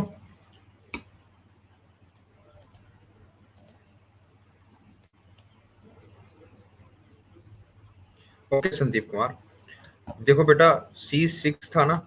ठीक है, यहाँ पे न्यूट्रॉन कितने हैं, 14 में से 6 निकाल दो, 8, डिवाइडेड बाय कितने प्रोटॉन हैं, 6। रेशियो को अगर सॉल्व करते तो आता है 1.33। ठीक है, डन। दूसरी तरफ एक बीटा मिशन हो रहा है, यानी कि ऐसे करके, तो 6 में से क्या निकालें यहाँ पे आ जाए। जब भी बीटा मिशन होगा, याद रखिए बीटा मिशन होगा, एक इलेक्ट्रॉन पार्टिकल बाहर जाएगा, तो आपको मैंने क्या बताया था, हमेशा जो नीचे वाला नंबर होगा यानी कि एटॉमिक नंबर विल इंक्रीज। अब देखो क्या ये स्टेबल है, 7 में से एक निकाल दिया, 6 हो गए। ठीक है, डन। और यहाँ पे कितना, 14 का 14 ही रह जाएगा। ठीक है, अब ये नाइट्रोजन को ध्यान से देखो, नाइट्रोजन के अंदर प्रोटॉन कितने हैं, 7, और न्यूट्रॉन कितने हैं, 7। 7/7 एक आ गया। तो रेशियो कौन सी बढ़िया है, 1.33 स्टेबल है या 1.0 स्टेबल है। हमेशा याद रखिए 1.0 स्टेबल रहेगी। लग गया संदीप कुमार समझ। अब नेक्स्ट करके बताओ ये वाला। एटम कोई भी हो सकता है, एलिमेंट कोई भी हो सकती है, इसके तरफ ध्यान, मेरे को ए और जेड की वैल्यू बताओ।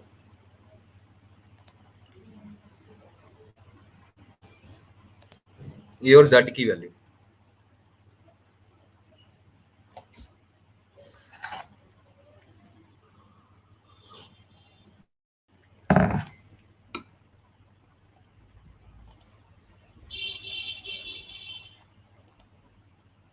एटी टू और 12 आज ही हमने पढ़ा कि वो किसकी थे ये सारे करेक्टरिस्टिक्स, लेड के। ठीक है ना, ऊपर 214, नीचे 82, 82। Okay, good. स्टेबल है ये, देखो 83 से एक माइनस निकाल दो, 214 में ऐड कर दो, तो ये सारा कुछ स्टेबल है। डन। ओके, अब इसमें फिर n/p रेशियो निकाल के दे सकते हो, आपको लगेगा कि ये जो है ये ज्यादा अनस्टेबल है, ये जो है ये ज्यादा स्टेबल होएगा एज कंपेयर टू ये। ठीक है, डन। ओके, तो जब हमने अभी ये कर ही लिया है तो लेट अस मूव फर्दर। ठीक है, तो बीटा मिशन में एक अगर मैं इक्वेशन लिख रहा हूं, तो बीटा मिशन कहाँ पे होएगी, जहां पे इलेक्ट्रॉन एमिशन होएगी या पॉजिट्रॉन एमिशन होएगी। ठीक है ना, पॉजिट्रॉन अभी हमने करना, उसको अभी रहने दो। ये याद रखो, जब भी इलेक्ट्रॉन बाहर निकलेगा तो आपका एटॉमिक नंबर एक इंक्रीज हो जाएगा। याद रखिए, atomic number will increase by 1। Number एक थिंग। नंबर दूसरी थिंग लिखो यहाँ पे कि एक न्यूट्रॉन जो है वो प्रोटॉन में कन्वर्ट हो जाएगा और एक इलेक्ट्रॉन में कन्वर्ट हो जाएगा, प्रोटॉन और इलेक्ट्रॉन। ठीक है जी। न्यूट्रॉन का क्या मतलब, जब न्यूट्रॉन को लिखते हो ऐसा लिखते हो ना, 0 और 1। 1 is the atomic mass number, 0 is the atomic number. ठीक है ना, 0 is net charge, sorry not atomic number, 0 is the net charge, इसके ऊपर कोई चार्ज नहीं होता। ठीक है ना, तो जब हम इसको कन्वर्ट करते हैं तो हमने कहा प्रोटॉन और इलेक्ट्रॉन बाहर निकलता है, यही बोला ना। ठीक है, तो इलेक्ट्रॉन का वो नीचे वाला क्या होता है, -1, यहाँ पे +1 और +1, और यहाँ पे 0। अब देखो क्या ये स्टेबल है, 1+1 ये आ गया, +1 -1 0 आ गया। तो ये इक्वेशन आपको अगर समझ लग रही हो तो बताइए। Let me clear this out for you guys.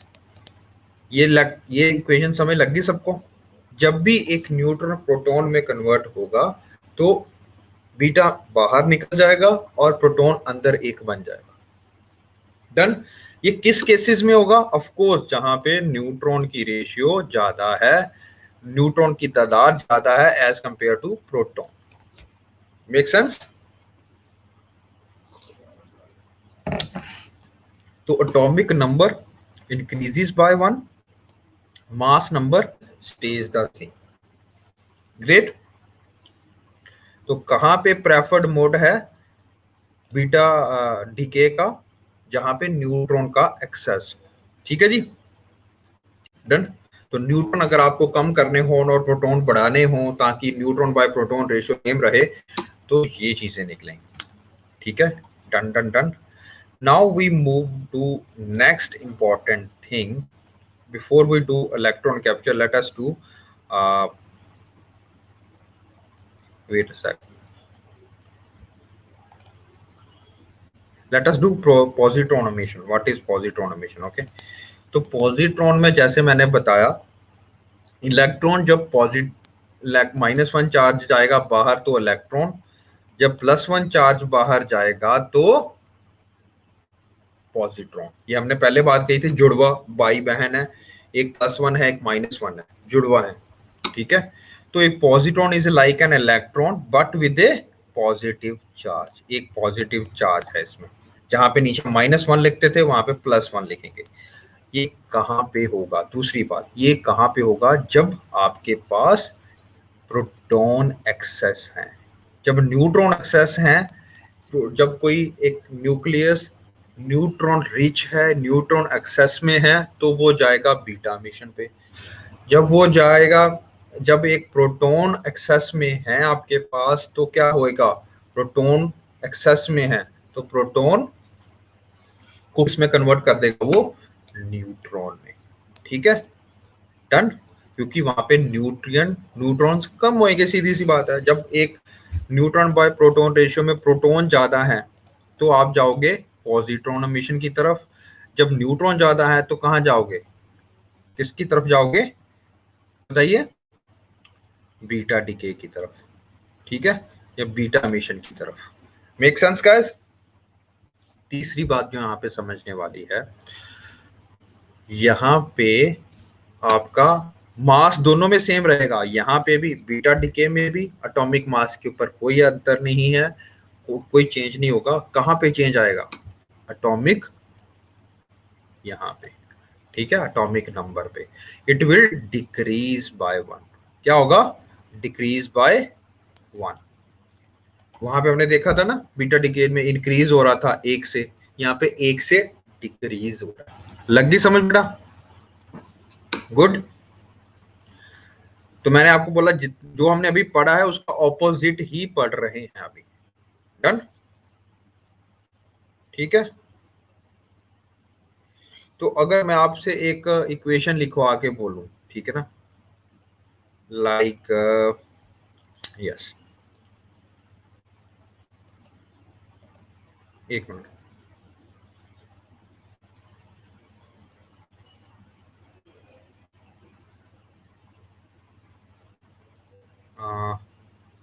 Like is, एक मिनट।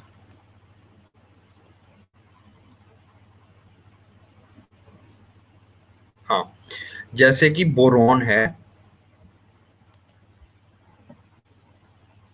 जैसे कि अगर मैं एक इक्वेशन लिखता हूं बोरॉन, जिसका एलिमेंट नंबर है 5 और 8। ठीक है, अब ये पॉजिट्रॉन एमिशन कर रहा है और बन रहा है बेरिलियम, जिसका एटॉमिक नंबर 4 है और एटॉमिक मास नंबर 8 है, प्लस एक क्या निकल रहा है? पॉजिट्रॉन। एक पॉजिट्रॉन। पॉजिट्रॉन जब भी मेरे को लिखना है, ध्यान दीजिए मैं किस तरह से लिखूंगा उसको, बी ऐसे करके +1 0। तो क्या अभी ये स्टेबल है, बताइए मेरे को। यहाँ पे 5, यहाँ पे 5, यहाँ पे भी 5, ऊपर 8, यहाँ पे भी 8, ठीक है ना। न्यूट्रॉन बाय प्रोटॉन रेशियो बताइए। यहाँ पे न्यूट्रॉन है 3, ठीक है, प्रोटॉन है 5। इधर देखिए न्यूट्रॉन है 4, प्रोटॉन है 4। लगी समझ? तो ये रेशियो आएगी हमारे पास 0.6 के करीब, ये रेशियो आएगी 1 के करीब। मैंने आपको तभी बोला था कि चाहे वो नीचे हो चाहे वो ऊपर हो, अंदर की तरफ आना है सबने, समझ लो, एक लाइन की तरफ आना है, N/P की तरफ आना है। गुड, लग गई समझ कि दोबारा एक्सप्लेन करूं? बताइए, everyone clear? Okay, I will explain in simple terms. Okay, कोई बात नहीं, कई बच्चों को नहीं भी समझ लगती है, इसमें क्या है यार। मैंने कहा कि बोरोन है जिसका एटॉमिक नंबर है 5 और 8, 8 is the atomic mass number. जब ये पॉजिट्रॉन में होगा, देखो जब ये पॉजिट्रॉन एमिट करेगा तो ये कन्वर्ट हो जाएगा बेरिलियम में, ये होगा नीचे 4 ऊपर 8। अब इसको मेरे को पॉजिट्रॉन एमिशन करनी है, बाहर निकालना है, तो यहाँ पे +1 होगा ना, और ऊपर चार्ज तो 0 ही रहेगा, ठीक है, ये बाहर निकल रहा है, ठीक है ना। तो अब देखो 4 और 1 5 हो गए, ये भी 5 है, ऊपर 8 हो गए, 8 + 0 8 हो गए।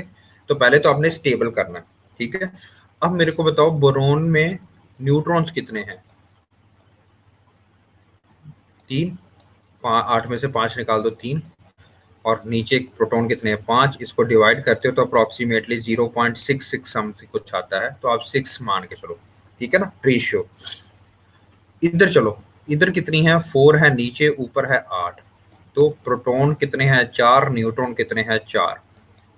आंसर कितना है? 1.0। तो मच मोर स्टेबल कौन सा होगा, 1 या 0.61? तो ये कहाँ पे यूज करना है आपने? पॉजिट्रॉन एमिशन कहाँ पे यूज करना है, याद रखिए। Positron emission will be done only and only in cases of जहां पे प्रोटॉन एक्सेस में है, यानी कि प्रोटॉन रिच है, यानी कि प्रोटॉन ज्यादा है, ठीक है जी, डन, गुड।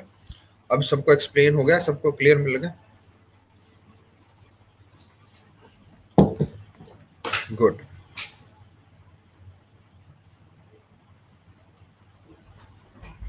या यहाँ 1 से कम होगा, सीधी सी बात है, वहां 1 से ज्यादा होगा। Very good Shubh, good. Now we move on to further. इसका ये एग्जांपल भी है, ये देख लो। जो पिछली बार हमने एट्रियम बनाया था, एट्रियम, तो वो पोलोनियम में कन्वर्ट हो सकता है, तब भी ये सेम रहेगा, ठीक है।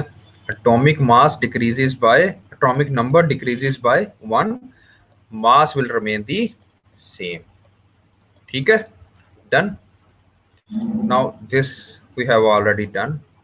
नाउ इस चीज को बोला जाता है बीटा प्लस डीके, ठीक है। उसको पहले वाले को हमने जो बोला था जिसमें इलेक्ट्रॉन बाहर निकलते हैं, उसको हमने बोला था beta decay.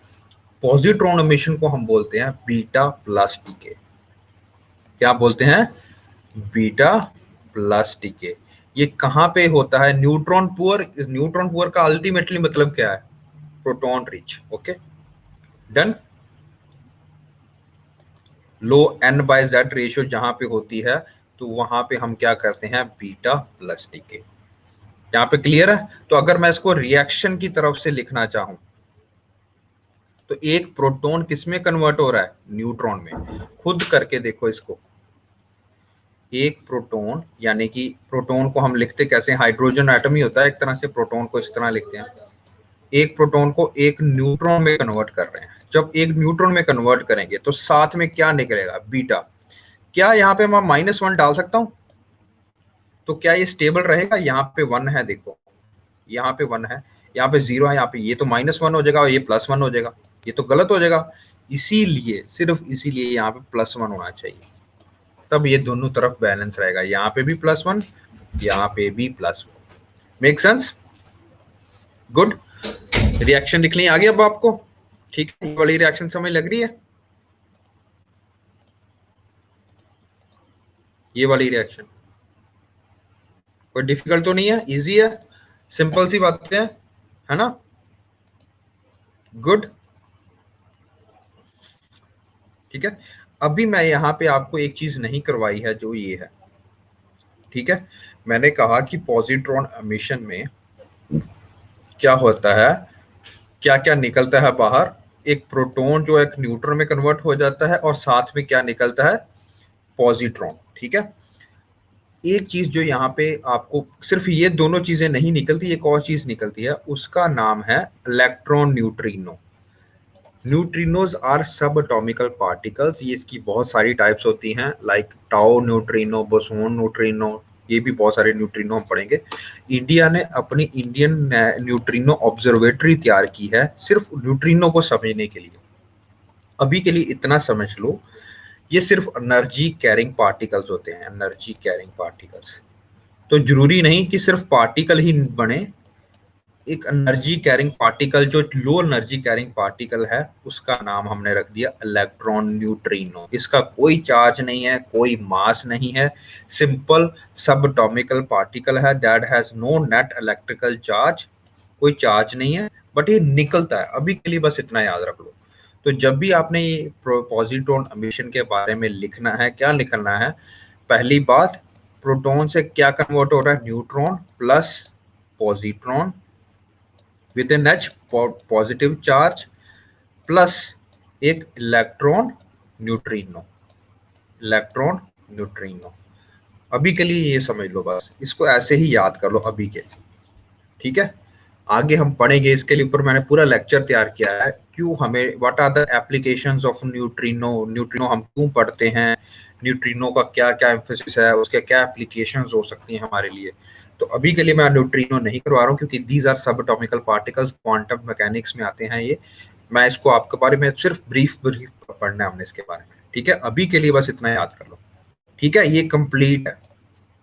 Okay, now moving on, ये वाला वीई जो लिखा हुआ ना, that is electron neutrino. Make sense guys? Okay, बताइए। तो पूरा अगर आपने इसको ऐसे लिखना है, तब भी ऐसे लिख सकते हो। ठीक है,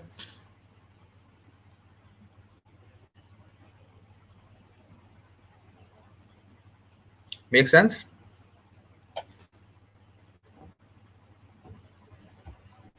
ठीक है,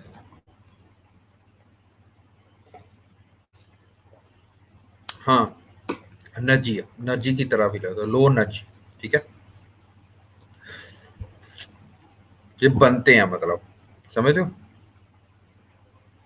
अब आप बोलो सर, जैसे अगर हम ग्लूकोज को तोड़ते हैं,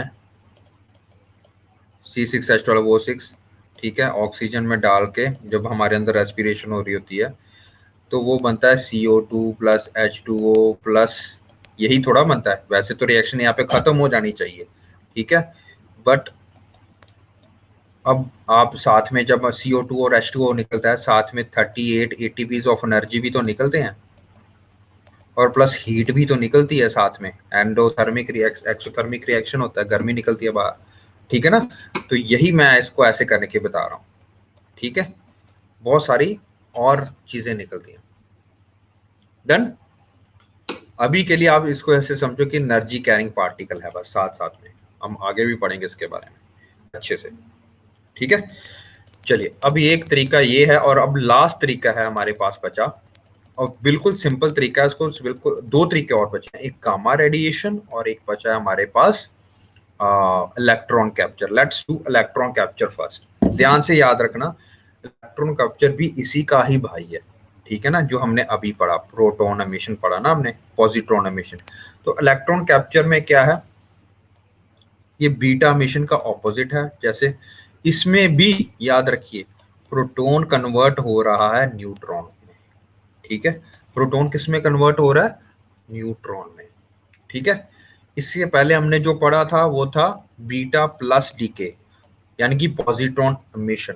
ठीक है ना, तो वो भी सेम था, इलेक्ट्रॉन कैप्चर भी सेम है। फर्क बस कितना है, फर्क बस इतना है बेटा, याद रखो। Let me show you beta decay, हाँ याद रखो, फर्क बस इतना है कि जब भी एक इलेक्ट्रॉन कैप्चर होगा तो वो कैप्चर कहां से होगा। याद है हमने एक चीज पढ़ी थी,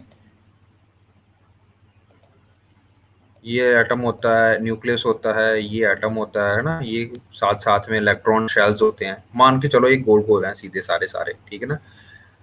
ये है तो सबसे अंदर वाला शेल कौन सा था, के, फिर एल, फिर एम, फिर एन, ऐसे ऐसे करके है। यहाँ पे न्यूट्रॉन और प्रोटॉन पड़े होते हैं, ठीक है। जब कोई इलेक्ट्रॉन के शेल में है, ठीक है ना, के शेल से किसी कारणवश ये न्यूट्रॉन यहां से इसको अपनी तरफ खींच ले, कैप्चर बोल रहे हैं, इलेक्ट्रॉन को कैप्चर करना है। लेकिन इलेक्ट्रॉन कहां से कैप्चर करना है, सबसे अंदर वाले ऑर्बिटल से, के ऑर्बिटल से।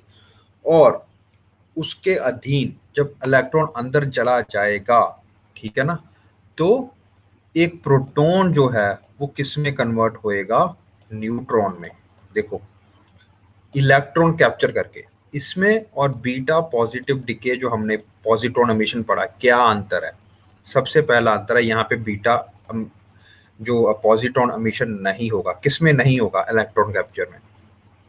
डन। दूसरी बात क्या होगा कि रैदर देन पॉजिट्रॉन एमिशन, यहाँ पे क्या हो रहा है, इलेक्ट्रॉन को अंदर खींचा जा रहा है, ठीक है ना। बीटा डीके में क्या हो रहा था, बीटा प्लस डीके में क्या हो रहा था हमारे पास कि स्पॉन्टेनियसली प्रोटॉन जो है वो अपने आप, किसी के कहने के, कोई कैप्चर करने की जरूरत नहीं पड़ी उसको, प्रोटॉन अपने आप न्यूट्रॉन और पॉजिट्रॉन में कन्वर्ट हो जाता रहा है, ठीक है। बट इसमें क्या हो रहा है, जो अभी हमने इलेक्ट्रॉन कैप्चर पढ़ा, ये प्रोसेस इसमें भी यही हो रहा है, प्रोटॉन से न्यूट्रॉन बन रहा है। बट फर्क क्या है कि प्रोटॉन से न्यूट्रॉन जो बन रहा है ये इलेक्ट्रॉन कैप्चर करके बन रहा है, यानी कि इलेक्ट्रॉन ऐड होएगा कहां पे, प्रोटॉन की तरफ। Done. Let me show you the reaction, ठीक है। तो ये है रिएक्शन, कहाँ गया इसका, let me show you the reaction. हाँ, तो एक इलेक्ट्रॉन एक प्रोटॉन जब इलेक्ट्रॉन एक प्रोटॉन को कैप्चर करेगा, यानी कि प्रोटॉन अंदर की जो इलेक्ट्रॉन से रिएक्ट करेगा तो न्यूट्रॉन बनेगा। समझ लगी, ये बहुत महीन अंतर है इसमें, बाकी ऑलमोस्ट सब कुछ सेम है। सिर्फ इलेक्ट्रॉन कैप्चर में क्या है कि जो इनर ऑर्बिटल्स में इलेक्ट्रॉन है उसको अंदर खींच लेगा, न्यूक्लियस अंदर खींच लेगा, और न्यूक्लियस क्या करेगा, प्रोटॉन के साथ उसको मिला देगा, एक इलेक्ट्रॉन एक प्रोटॉन मिलेंगे। सोचो, खुद सोचो, हमने क्या बोला कि एक न्यूट्रॉन एक प्रोटॉन से मिलके क्या बना रहा है, इधर एक इलेक्ट्रॉन, यानी कि इस तरह से होगा, -1 नीचे ऊपर 0, प्लस एक प्रोटॉन, प्रोटॉन में ऊपर भी एक नीचे भी एक, क्या बना रहा है, एक न्यूट्रॉन, यानी कि ऊपर एक नीचे 0। क्या ये स्टेबल लग रहा है आपको, -1 और +1 क्या होता है, 0, ऊपर क्या है 0 + 1 क्या होता है 1, तो न्यूट्रॉन बन रहा है। गुड। एक न्यूट्रॉन मैंने कैसे बनाया था, इस तरह से, सॉरी, जो हमने बीटा डीके करके बनाया था, बीटा प्लस डीके करके बनाया था, उसमें क्या था, प्रोटॉन यहाँ पे भी एक, यहाँ पे भी एक, ये अपने आप किसमें कन्वर्ट हो जाता रहा है, इसमें। बट साथ में क्या निकल रहा है, पॉजिट्रॉन। इन दोनों में सब अंतर समझ लगा आपको, के बताओ कि नहीं।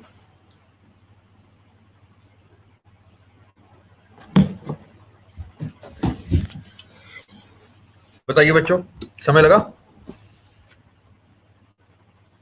ठीक है। Everyone, anybody want to me to repeat this, और everybody it's clear, ठीक है ना। कोई फर्क नहीं हुआ बेटा, इसमें अपने आप ही ये कन्वर्ट हो रहा है, और बाहर क्या निकल रहा है, ये। इसमें क्या है कि इलेक्ट बाहर नहीं निकल रहा, उसमें क्या निकल, न्यूट्रॉन के साथ एक, वहां पे भी इलेक्ट्रॉन न्यूट्रिनो निकला था ना, वही वीई वाला, यहाँ पे भी वीई निकलेगा, यहाँ पे भी वीई निकल रहा है, ठीक है ना। एनर्जी, यानी कि एनर्जी निकल रही है, बट और कोई अंतर नहीं है। ये भी प्रोटॉन जहाँ पे ज्यादा होंगे वो उसको कम करने के लिए यूज होता है, वो भी प्रोटॉन जहाँ पे ज्यादा यूज होते हैं कम करने के लिए यूज होता है। बस फर्क क्या है, इलेक्ट्रॉन कैप्चर में इलेक्ट्रॉन जो सबसे अंदर वाला ऑर्बिटल्स में के ऑर्बिटल्स में इलेक्ट्रॉन होते हैं उसको खींच के क्या किया जाता है, प्रोटॉन के साथ मिला दिया जाता है और क्या बनाया जाता है, न्यूट्रॉन। ठीक है जी, न्यूट्रॉन बनाया जाता है और साथ में एनर्जी निकलती है, उसको आप कैसे डिनोट करते हो, इलेक्ट्रॉन न्यूट्रिनो के साथ। दोनों में इलेक्ट्रॉन न्यूट्रिनो निकलते हैं। फर्क क्या होता है, इसमें बीटा प्लस यानी कि बीटा पॉजिट्रॉन नहीं निकलता है, इसमें पॉजिट्रॉन निकलता है बस। इसको बीटा प्लस डीके बोलते हैं, इसको इलेक्ट्रॉन कैप्चर बोलते हैं। और इससे पहले जो सबसे पहले पढ़ा हमने, इलेक्ट्रॉन जहां से बाहर निकलता है उसको बीटा डीके बोलते हैं। 3 स्टेप्स आपको बहुत ज्यादा जरूरी समझने की जरूरत है। बीटा डीके सबसे पहले जहां से इलेक्ट्रॉन बाहर निकलेगा, बीटा प्लस डीके, प्लस का मतलब पॉजिट्रॉन एमिशन होगा, और क्या होगा, बीटा पॉजिट्रॉन एमिशन होगा तो साइज बढ़ेगा या कम होगा, ये बताइए। एटॉमिक नंबर विल इंक्रीज और डिक्रीज जब बीटा डीके होगा, beta positive beta plus decay होगा, यस डिक्रीज। उसके बाद हमने पढ़ा इलेक्ट्रॉन कैप्चर। इलेक्ट्रॉन कैप्चर बिल्कुल सेम है beta decay, beta plus decay की तरह, ओनली डिफरेंसेस वहां पे इलेक्ट्रॉन आगे कैप्चर करके फिर प्रोटॉन न्यूट्रॉन में कन्वर्ट होता है। डन। इसमें भी आपका atomic number will decrease by -1, atomic mass number will remain the same. Everybody you understand this concept? सबको पता लग गया बेटा? पता लगा हो तो फिर आगे चले। ठीक है, किसी को कोई दिक्कत है तो भी बता दो बेटा। देखो, अभी आपके पास पूरा अधिकार है आपके पास कि सर नहीं लगा, मैं एक बार अभी भी और समझा देता हूँ, ठीक है ना। कोई वैसे कोई बड़ी बात नहीं बोली मैंने, बिल्कुल सिंपल सी बात है। जैसे कि ये बेरिलियम का देख लो, बेरिलियम का होता है, जैसे अभी एग्जांपल कर लेते हैं हम इलेक्ट्रॉन कैप्चर की।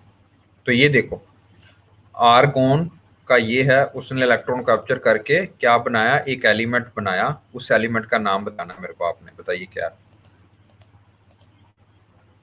ए और जेड वैल्यू बता दो मेरे को बस।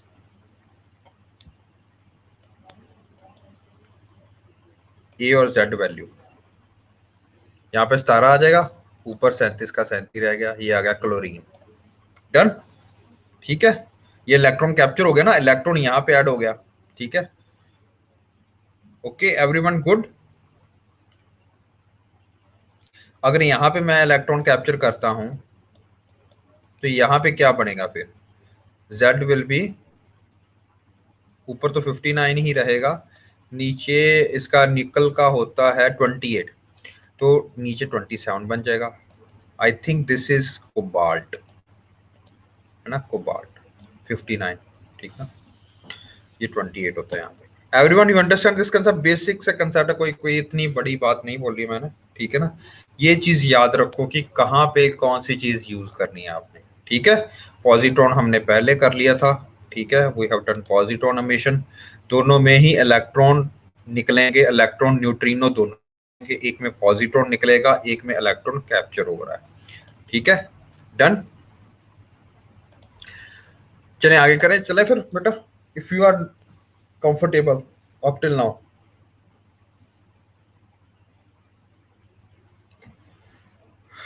शिवम कोई बात नहीं, बस this let me close down this concept, then we will move further. Okay, positron और इलेक्ट्रॉन कैप्चर में क्या अंतर है, यही है, इसको पढ़ लेना। ठीक है, एक क्या करता है, एमिट करता है पॉजिट्रॉन, दूसरा क्या करता है, electron emits an electron neutrino. ठीक है, ये पॉजिट्रॉन एमिट करता है और इलेक्ट्रॉन न्यूट्रिनो एमिट करता है, ये केला इलेक्ट्रॉन न्यूट्रिनो एमिट करता है और गामा रेडिएशन एमिट करता है। Done, good. जब आपके पास एनर्जी ज्यादा होएगी, ठीक है, तो आप इलेक्ट्रॉन कैप्चर की तरफ जाओगे। जब आपके पास पॉजिट्रॉन एमिशन कम काफी, जब एनर्जी कम है, ठीक है, और दोनों में ही आपका क्या है, न्यूट्रॉन पुअर है, यानी कि न्यूट्रॉन बहुत कम है, आपको न्यूट्रॉन बनाने हैं तो प्रोटॉन से कन्वर्ट करके आप न्यूट्रॉन बना रहे हो। 2 तरीके मैंने आपको बता दिए। ठीक है जी, ओके। चलो, दिस इज समवट आज के लिए last today's last topic is gamma decay. Gamma decay बहुत इजी है, कुछ नहीं है, क्योंकि गामा इस तरह से सिंबलाइज करते हैं, ना तो इसके ऊपर चार्ज है कोई, ना तो इसका कोई एटॉमिक नंबर है, ना एटॉमिक मास नंबर है। तो एक एलिमेंट है वो सीधा दूसरे में कन्वर्ट हो जाएगी, वही रहेगी, मतलब सिर्फ एनर्जी कन्वर्ट होएगी, ठीक है ना। It is not like alpha and beta particle जिसमें कि न्यूट्रॉन और प्रोटॉन बाहर निकल रहे हैं या उसका एटॉमिक नंबर चेंज हो रहा है। तो gamma rays are high energy radiation. जब गामा रे निकल रही है इसका मतलब एनर्जी जा रही है बाहर, ठीक है। एटॉमिक नंबर के ऊपर कोई अंतर नहीं रहे, बस ये समझ लग गया आपको। ओके, तो जहां पे गामा रेज निकल रही हैं तो वहां पे आपको कोई घबराने की जरूरत नहीं है कि गामा रेज के कारण क्या हो रहा है। गामा रेज के कारण there will be no change in atomic mass और एटॉमिक नंबर, ठीक है। लग गई समझ? इट्स इजी, ठीक है। So let me summarise this one, ठीक है ना, फिर हम कल से कुछ और पढ़ेंगे, ठीक है ना। Let me summarise you this one, या this one, this table is very important. Alpha beta and gamma rays, ठीक है। अल्फा जब बाहर डिके होगा तो क्या निकलेगा? हीलियम एटम बाहर निकलेगा। हीलियम एटम का मतलब 2 न्यूट्रॉन प्लस 2 प्रोटॉन्स। इसके ऊपर चार्ज कितना है? +2 का चार्ज है।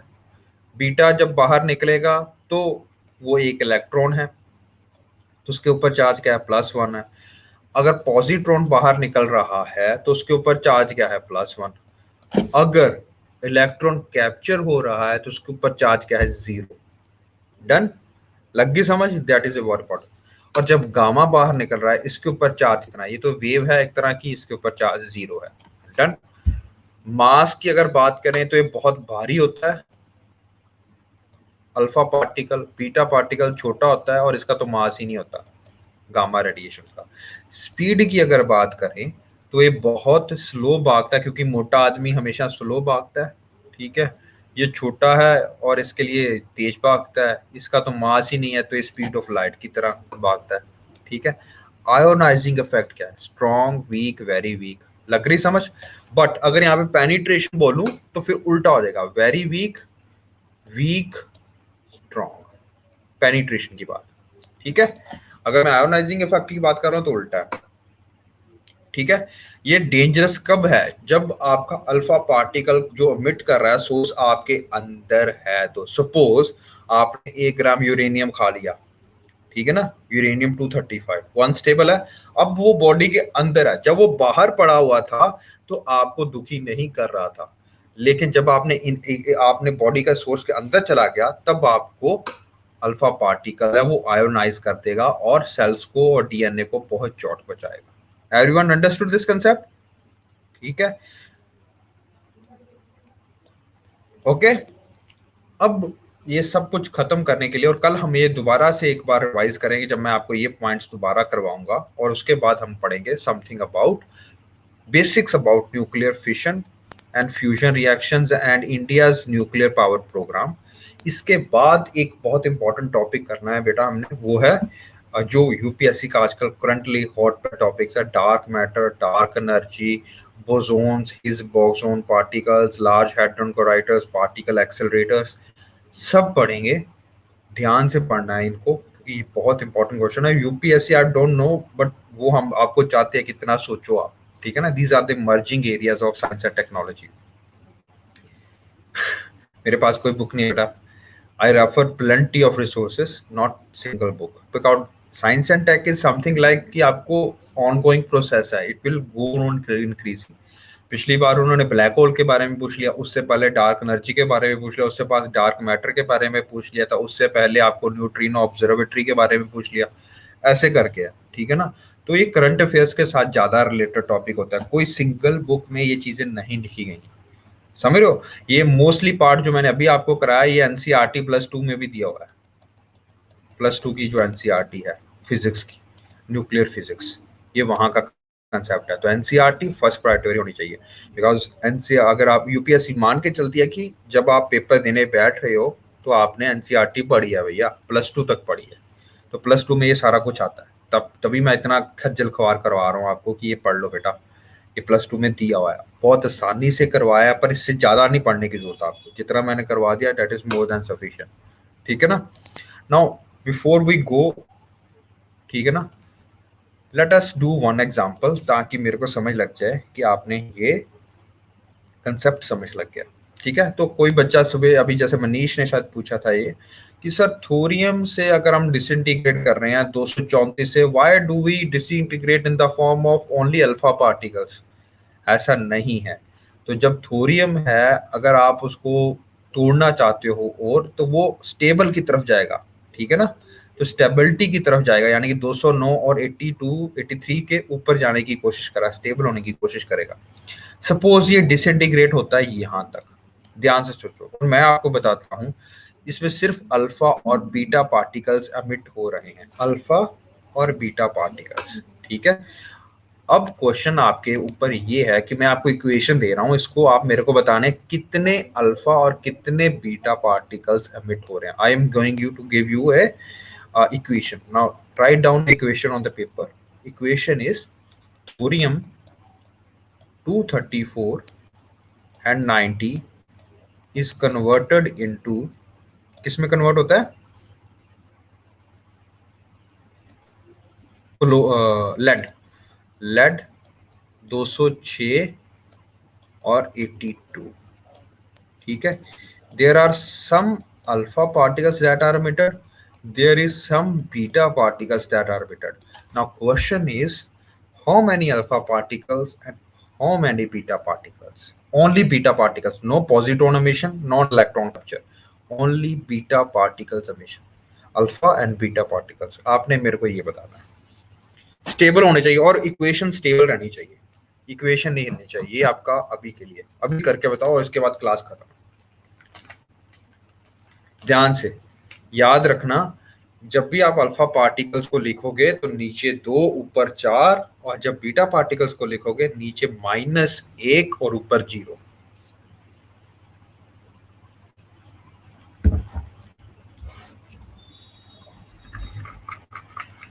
कर रहे हो सारे? मैं अकेले बोली जा रहा हूं? हाँ, अप्लाई कर दो।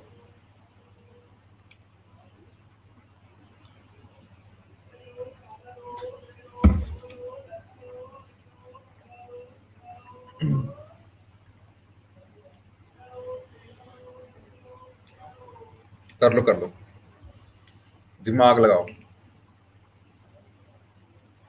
और अल्फा कितने होने चाहिए, अल्फा और बीटा कितने होने चाहिए?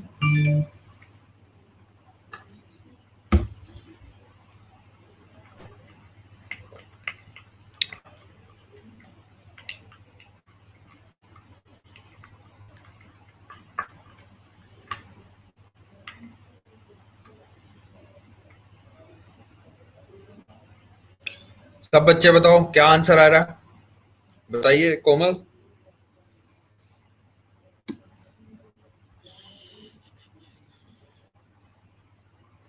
Very good.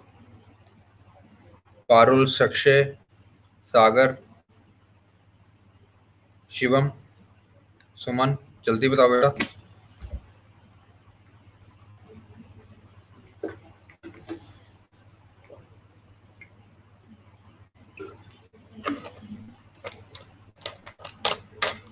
वेरी गुड, सबका आंसर सही दुरुस्त है, इसका मतलब आपको कंसेप्ट क्लियर हो चुका है।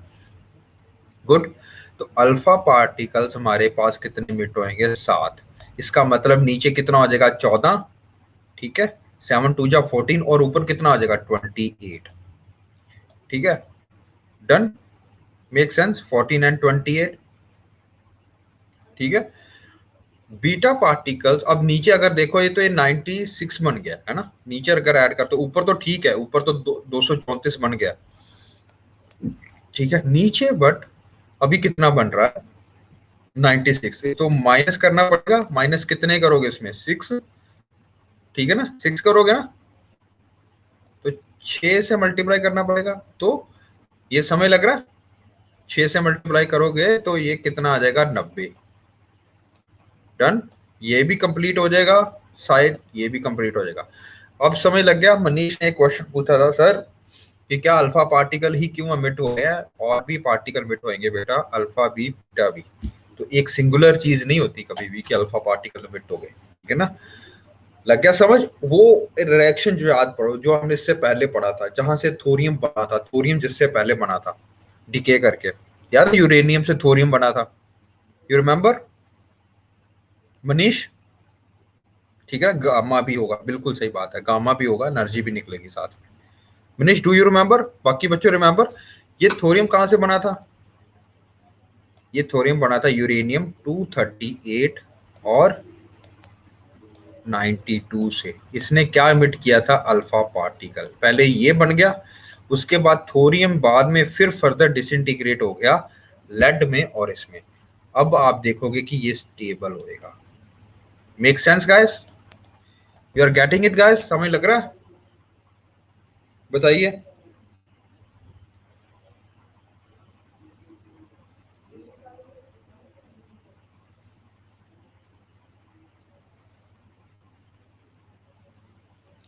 सभी के लिए इज इट ओके?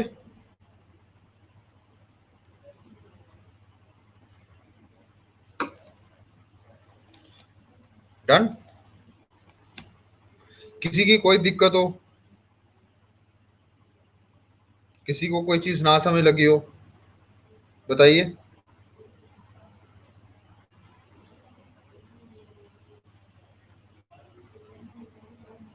अब देखो, ध्यान से देखो बच्चा, एक एक मिनट, संदीप आप क्वेश्चन पूछो बेटा। यहाँ पे अगर एन बाई पी रेशियो देख रहे हो, यहाँ पे let me show in different colour.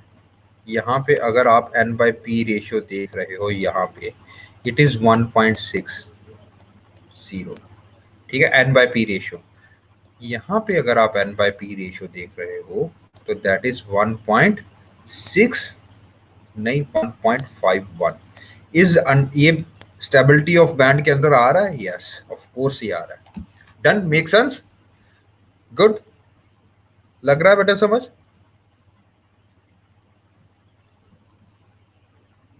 Done?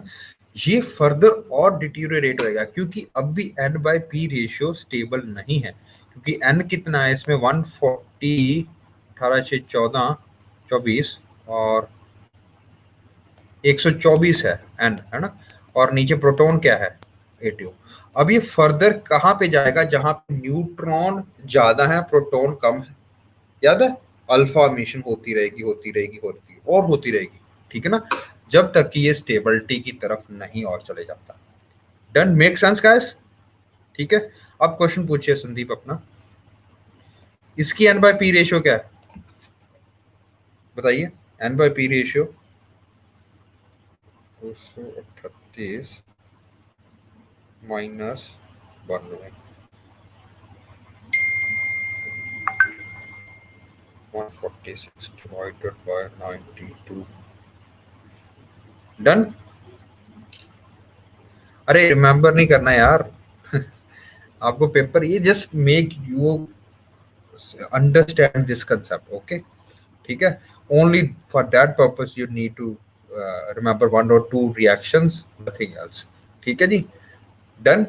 Only to make you understand this concept, what is stability, what is unstable nucleus, what is neutron by proton ratio, what is radioactive decay। Okay, इसको याद नहीं करना, बचपन वाली चीजें बात छोड़ दो यार। नहीं, नहीं आती है बेटा, नहीं आती है, रिएक्शंस नहीं आएंगे आपको पेपर में, अभी तक तो नहीं आती है। बट इनके पीछे जो कंसेप्ट है, सब एटॉमिकल पार्टिकल्स, अगर मैं सीधा आपको बोलूं कि अल्फा पार्टिकल डीके हो रहा है और बस इतना बोल के छोड़ दूं, तो क्या आपको ये कंसेप्ट समझ लगेगा? नहीं। ठीक है ना? ये मैं आपको रिएक्शन से करके इसलिए बता रहा हूं। अब ये देखो, अगर जीएस मेंस में आया था कि रेडियो एक्टिव डिके के बारे में बताइए कुछ, क्या आप सिंपल छोड़ के लिख के आओगे डेफिनेशन? नहीं, उसमें जितना अगर आप रिएक्शन लिख पाओगे जीएस के पेपर में, नॉट प्रीलिम्स के पेपर में, तब आपको एक्सप्लेन करना आना चाहिए। ठीक है? प्रीलिम्स में नहीं आएगी आपको, एग्जाम में, पेपर में कभी नहीं आती है पेपर में। It is only to make you understand this concept. Okay everyone? Make sense? GS के पर्सपेक्टिव से इंपॉर्टेंट है, जीएस मेंस के पर्सपेक्टिव से इंपॉर्टेंट है, प्रीलिम्स के नहीं। डन? तो अगर आपको न्यूक्लियर पावर पॉलिसी के बारे में पूछा जाता है, या आपको पूछा जाता है रेडियो एक्टिविटी के बारे में अगर कोई क्वेश्चन आ जाता है, you need to explain definition and give you some one और टू एग्जांपल्स, किस किस तरह से हो सकता है। This is basic concept. Okay? That is why the lecture's name is Basic Concepts. Okay, so in the next lecture we will discuss about fission and fusion reactions.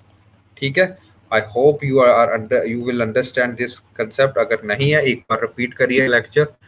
पुराना lecture मैंने upload कर दिया है, ये भी शाम तक upload हो जाएगा. You can see this. Okay, so see you on Thursday now. Okay, tomorrow there is your economy class tomorrow, है ना? तो हम अब मिलेंगे Thursday को. Okay guys, bye bye, see you. Okay, and feel free to ask questions. Okay, आप personally पूछ सकते हो. Okay, भेज सकते हो. Okay guys, bye bye.